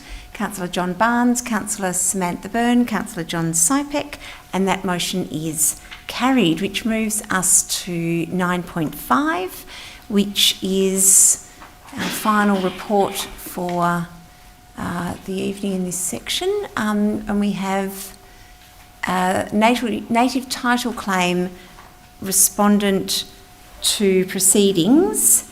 The motion, the officer's recommendation is on the screen. Is there a motion? Councillor Fran Cosgriff. Thanks, Mayor. I'll move the officer's recommendations. Thank you. Thanks, Councillor Cosgriff. Is there a seconder? I think Councillor Hamish Jones, I think you put your hand up first. I forgot your name in a moment. I went blank. It happens when we're late in the evening, those blank moments. I do apologise. Councillor Hamish Jones is seconding the motion. Thank you. Councillor Fran Cosgriff, would you like to speak to the motion? Well, thank you. So this motion is for council to put in their form, put in their request to be a respondent to the native title application that's been lodged across a broad swathe of Melbourne. I think it's a really positive opportunity for Council to join as a respondent to the application, and it's been really great, and I'm grateful to officers for their assistance to learn more about native title over the last few weeks. There's certainly a lot of a bit of confusion about what it means, and while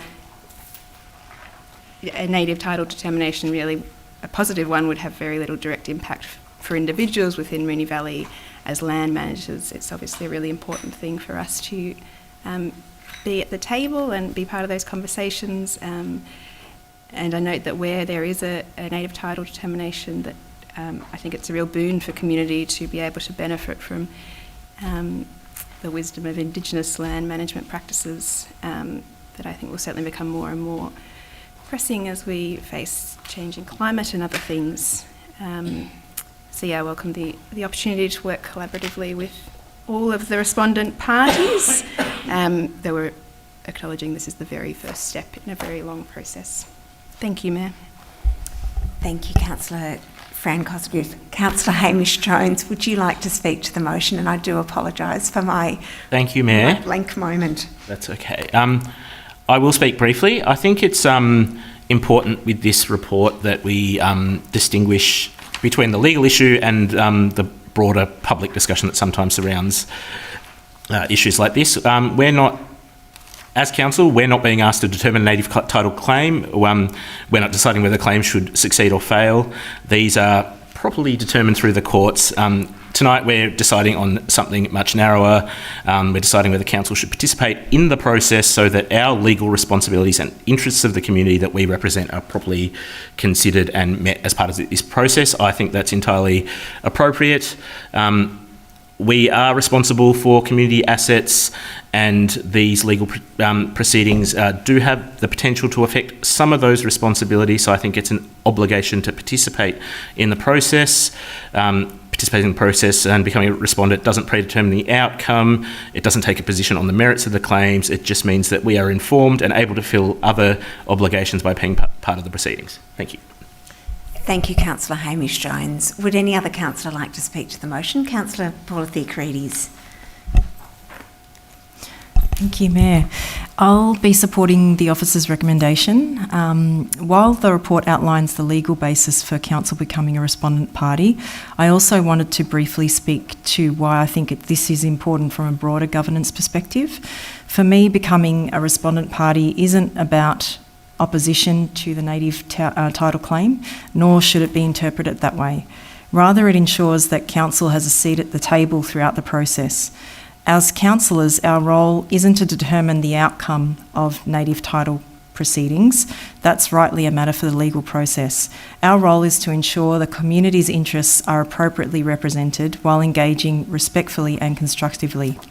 As the level of government closest to our community, we have a responsibility to represent the interests of our residents and to understand any potential implications for public land and community assets that people use every day. Importantly, having a seat at the table also allows council to engage constructively throughout the process. It enables us to listen, to understand, and to work collaboratively with the Wurundjeri Woi-wurrung people and other parties as the proceedings progress. Native title is an important legal process, and I think council can fulfil its responsibilities to the broader community while also approaching that process with respect, openness, and a genuine willingness to work toward positive outcomes. And for those reasons, I'm pleased to support the officer's recommendation. Thank you, Councillor Paula Theocharides. Would any other councillor like to speak to the motion? Councillor Phil Byrne. Thanks, Mayor. If you took a map of Moonee Valley and look at the application that's been lodged, under that application you automatically take all of the freehold land out of the mix, so homes and businesses.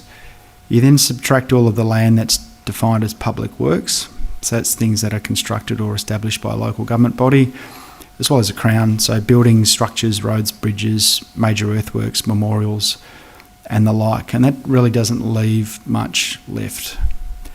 And then you need to look at what needs to be established for a claim to be successful, and that's the demonstrated unbroken connection and ongoing practices of law all the way back to before colonisation. So I don't believe this claim is a risk to council, and I don't believe it should be a concern to the Moonee Valley community. And I don't support council being a respondent at this stage, noting that council can join the proceedings through application to the federal court in the future. That said, I wish the claimants well as they embark on this process. Thanks, Mayor. Thank you, Councillor Philburn. Would any other councillor like to speak to the motion? In which case, I'll put that to the vote. All those in favour? That's Councillor Ava Adams, Councillor Samantha Byrne, Councillor Fran Cosgriff, Councillor Hamish Jones, Councillor John Sypek, Councillor Paula Theocarides, Councillor John Barnes, and Councillor Rose Isa. All those against? Councillor Phil Byrne. That motion is carried. Thank you. Luckily, I'm saying names very slowly at this point of the night. Councillor John Barnes. Slowly and carefully. So that brings us to item 10 on our agenda, which is notices of motion, and we have none listed on tonight's agenda, so we'll move to item 11, which is urgent business. Councillors, do we have any urgent business? Councillor Phil Byrne. Thanks, Mayor. I think all we need to know at the moment is whether there is or isn't urgent business. Because Mayor, then, could I request an adjournment, please? If it's okay, I think, or do you need an adjournment before we move to the next Yeah, if that's moment? Okay. All right, we'll have an adjournment for 3 minutes. Thank you.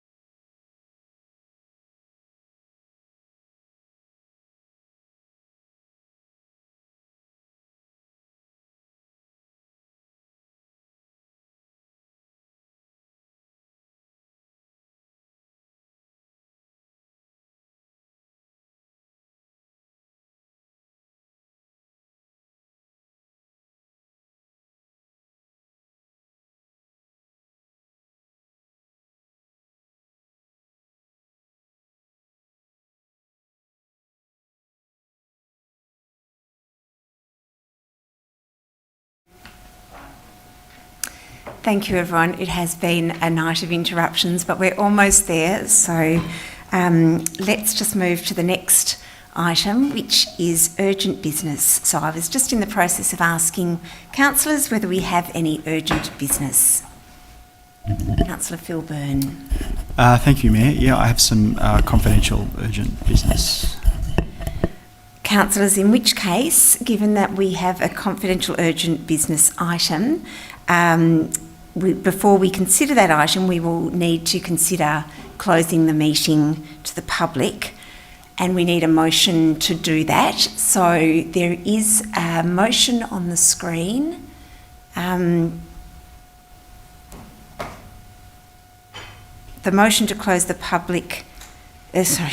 meeting to the public pursuant to 66(2) of the Local Government Act is displayed on the screen. Is it required that I read that motion? I can, if need be. No, Mayor, you've just given the preamble. So Okay. a mover and a seconder. All right, thank you. Is there a mover for the motion on the screen? Thank you, Councillor Phil Byrne. Is there a seconder? Councillor Paula Theocharides. Councillor Phil Byrne, would you like to speak to the motion? Only super briefly, Mayor, that it directly relates to matters that were involved in previous items that were closed to the public. Thanks, Mayor. Thanks, Councillor Phil Byrne. Councillor Paula Theocharides, would you like to say anything? Thank you. Would any other councillor like to speak to the motion? Councillor Samantha Byrne? Thanks. I won't be supporting closing this to the public. I think that we should be as transparent as we possibly can. I think sometimes we have very little choice when we do it, when there's things that the CEO has marked as confidential. But I think in this case, it's not required. Thanks. Thanks, Councillor Samantha Byrne. Would any other councillor like to speak to the motion? Councillor Hamish Jones. Thank you, Mayor. I won't be supporting this motion. I can't speak much further than that, but I don't think that the items to be discussed are urgent, so I won't be supporting moving into confidential. Just the motion before us is whether the matter is to be considered confidentially, not the urgency of the motion. Is there anyone else who would like to speak to the matter of confidentiality of the motion? I'll give Councillor Phil Byrne a right of reply. Thanks, Mayor. I agree with the sentiment around transparency on these matters, but I just reiterate that we are directly discussing items that have been that are marked confidential from previous meetings. Thanks, Mayor. Thanks, Councillor Phil Byrne. So I'll put that motion to the vote. All those in favour? That's Councillor Ava Adams, Councillor Phil Byrne, Councillor Fran Cosgrove, Councillor Paula Theocharides, Councillor Rose Isa. All those against? Councillor John Barnes, Councillor Samantha Byrne, Councillor Hamish Jones, Councillor John Sypek. That motion is carried. So that is where we say goodnight to those watching the meeting via live stream and to those in the chamber. Thank you so much for joining us. And we will close the meeting tonight at 8:59. Our next council meeting is to be held on Tuesday, the 28th of July, 2026. And so we'll leave you there and we'll see you in July. Good night.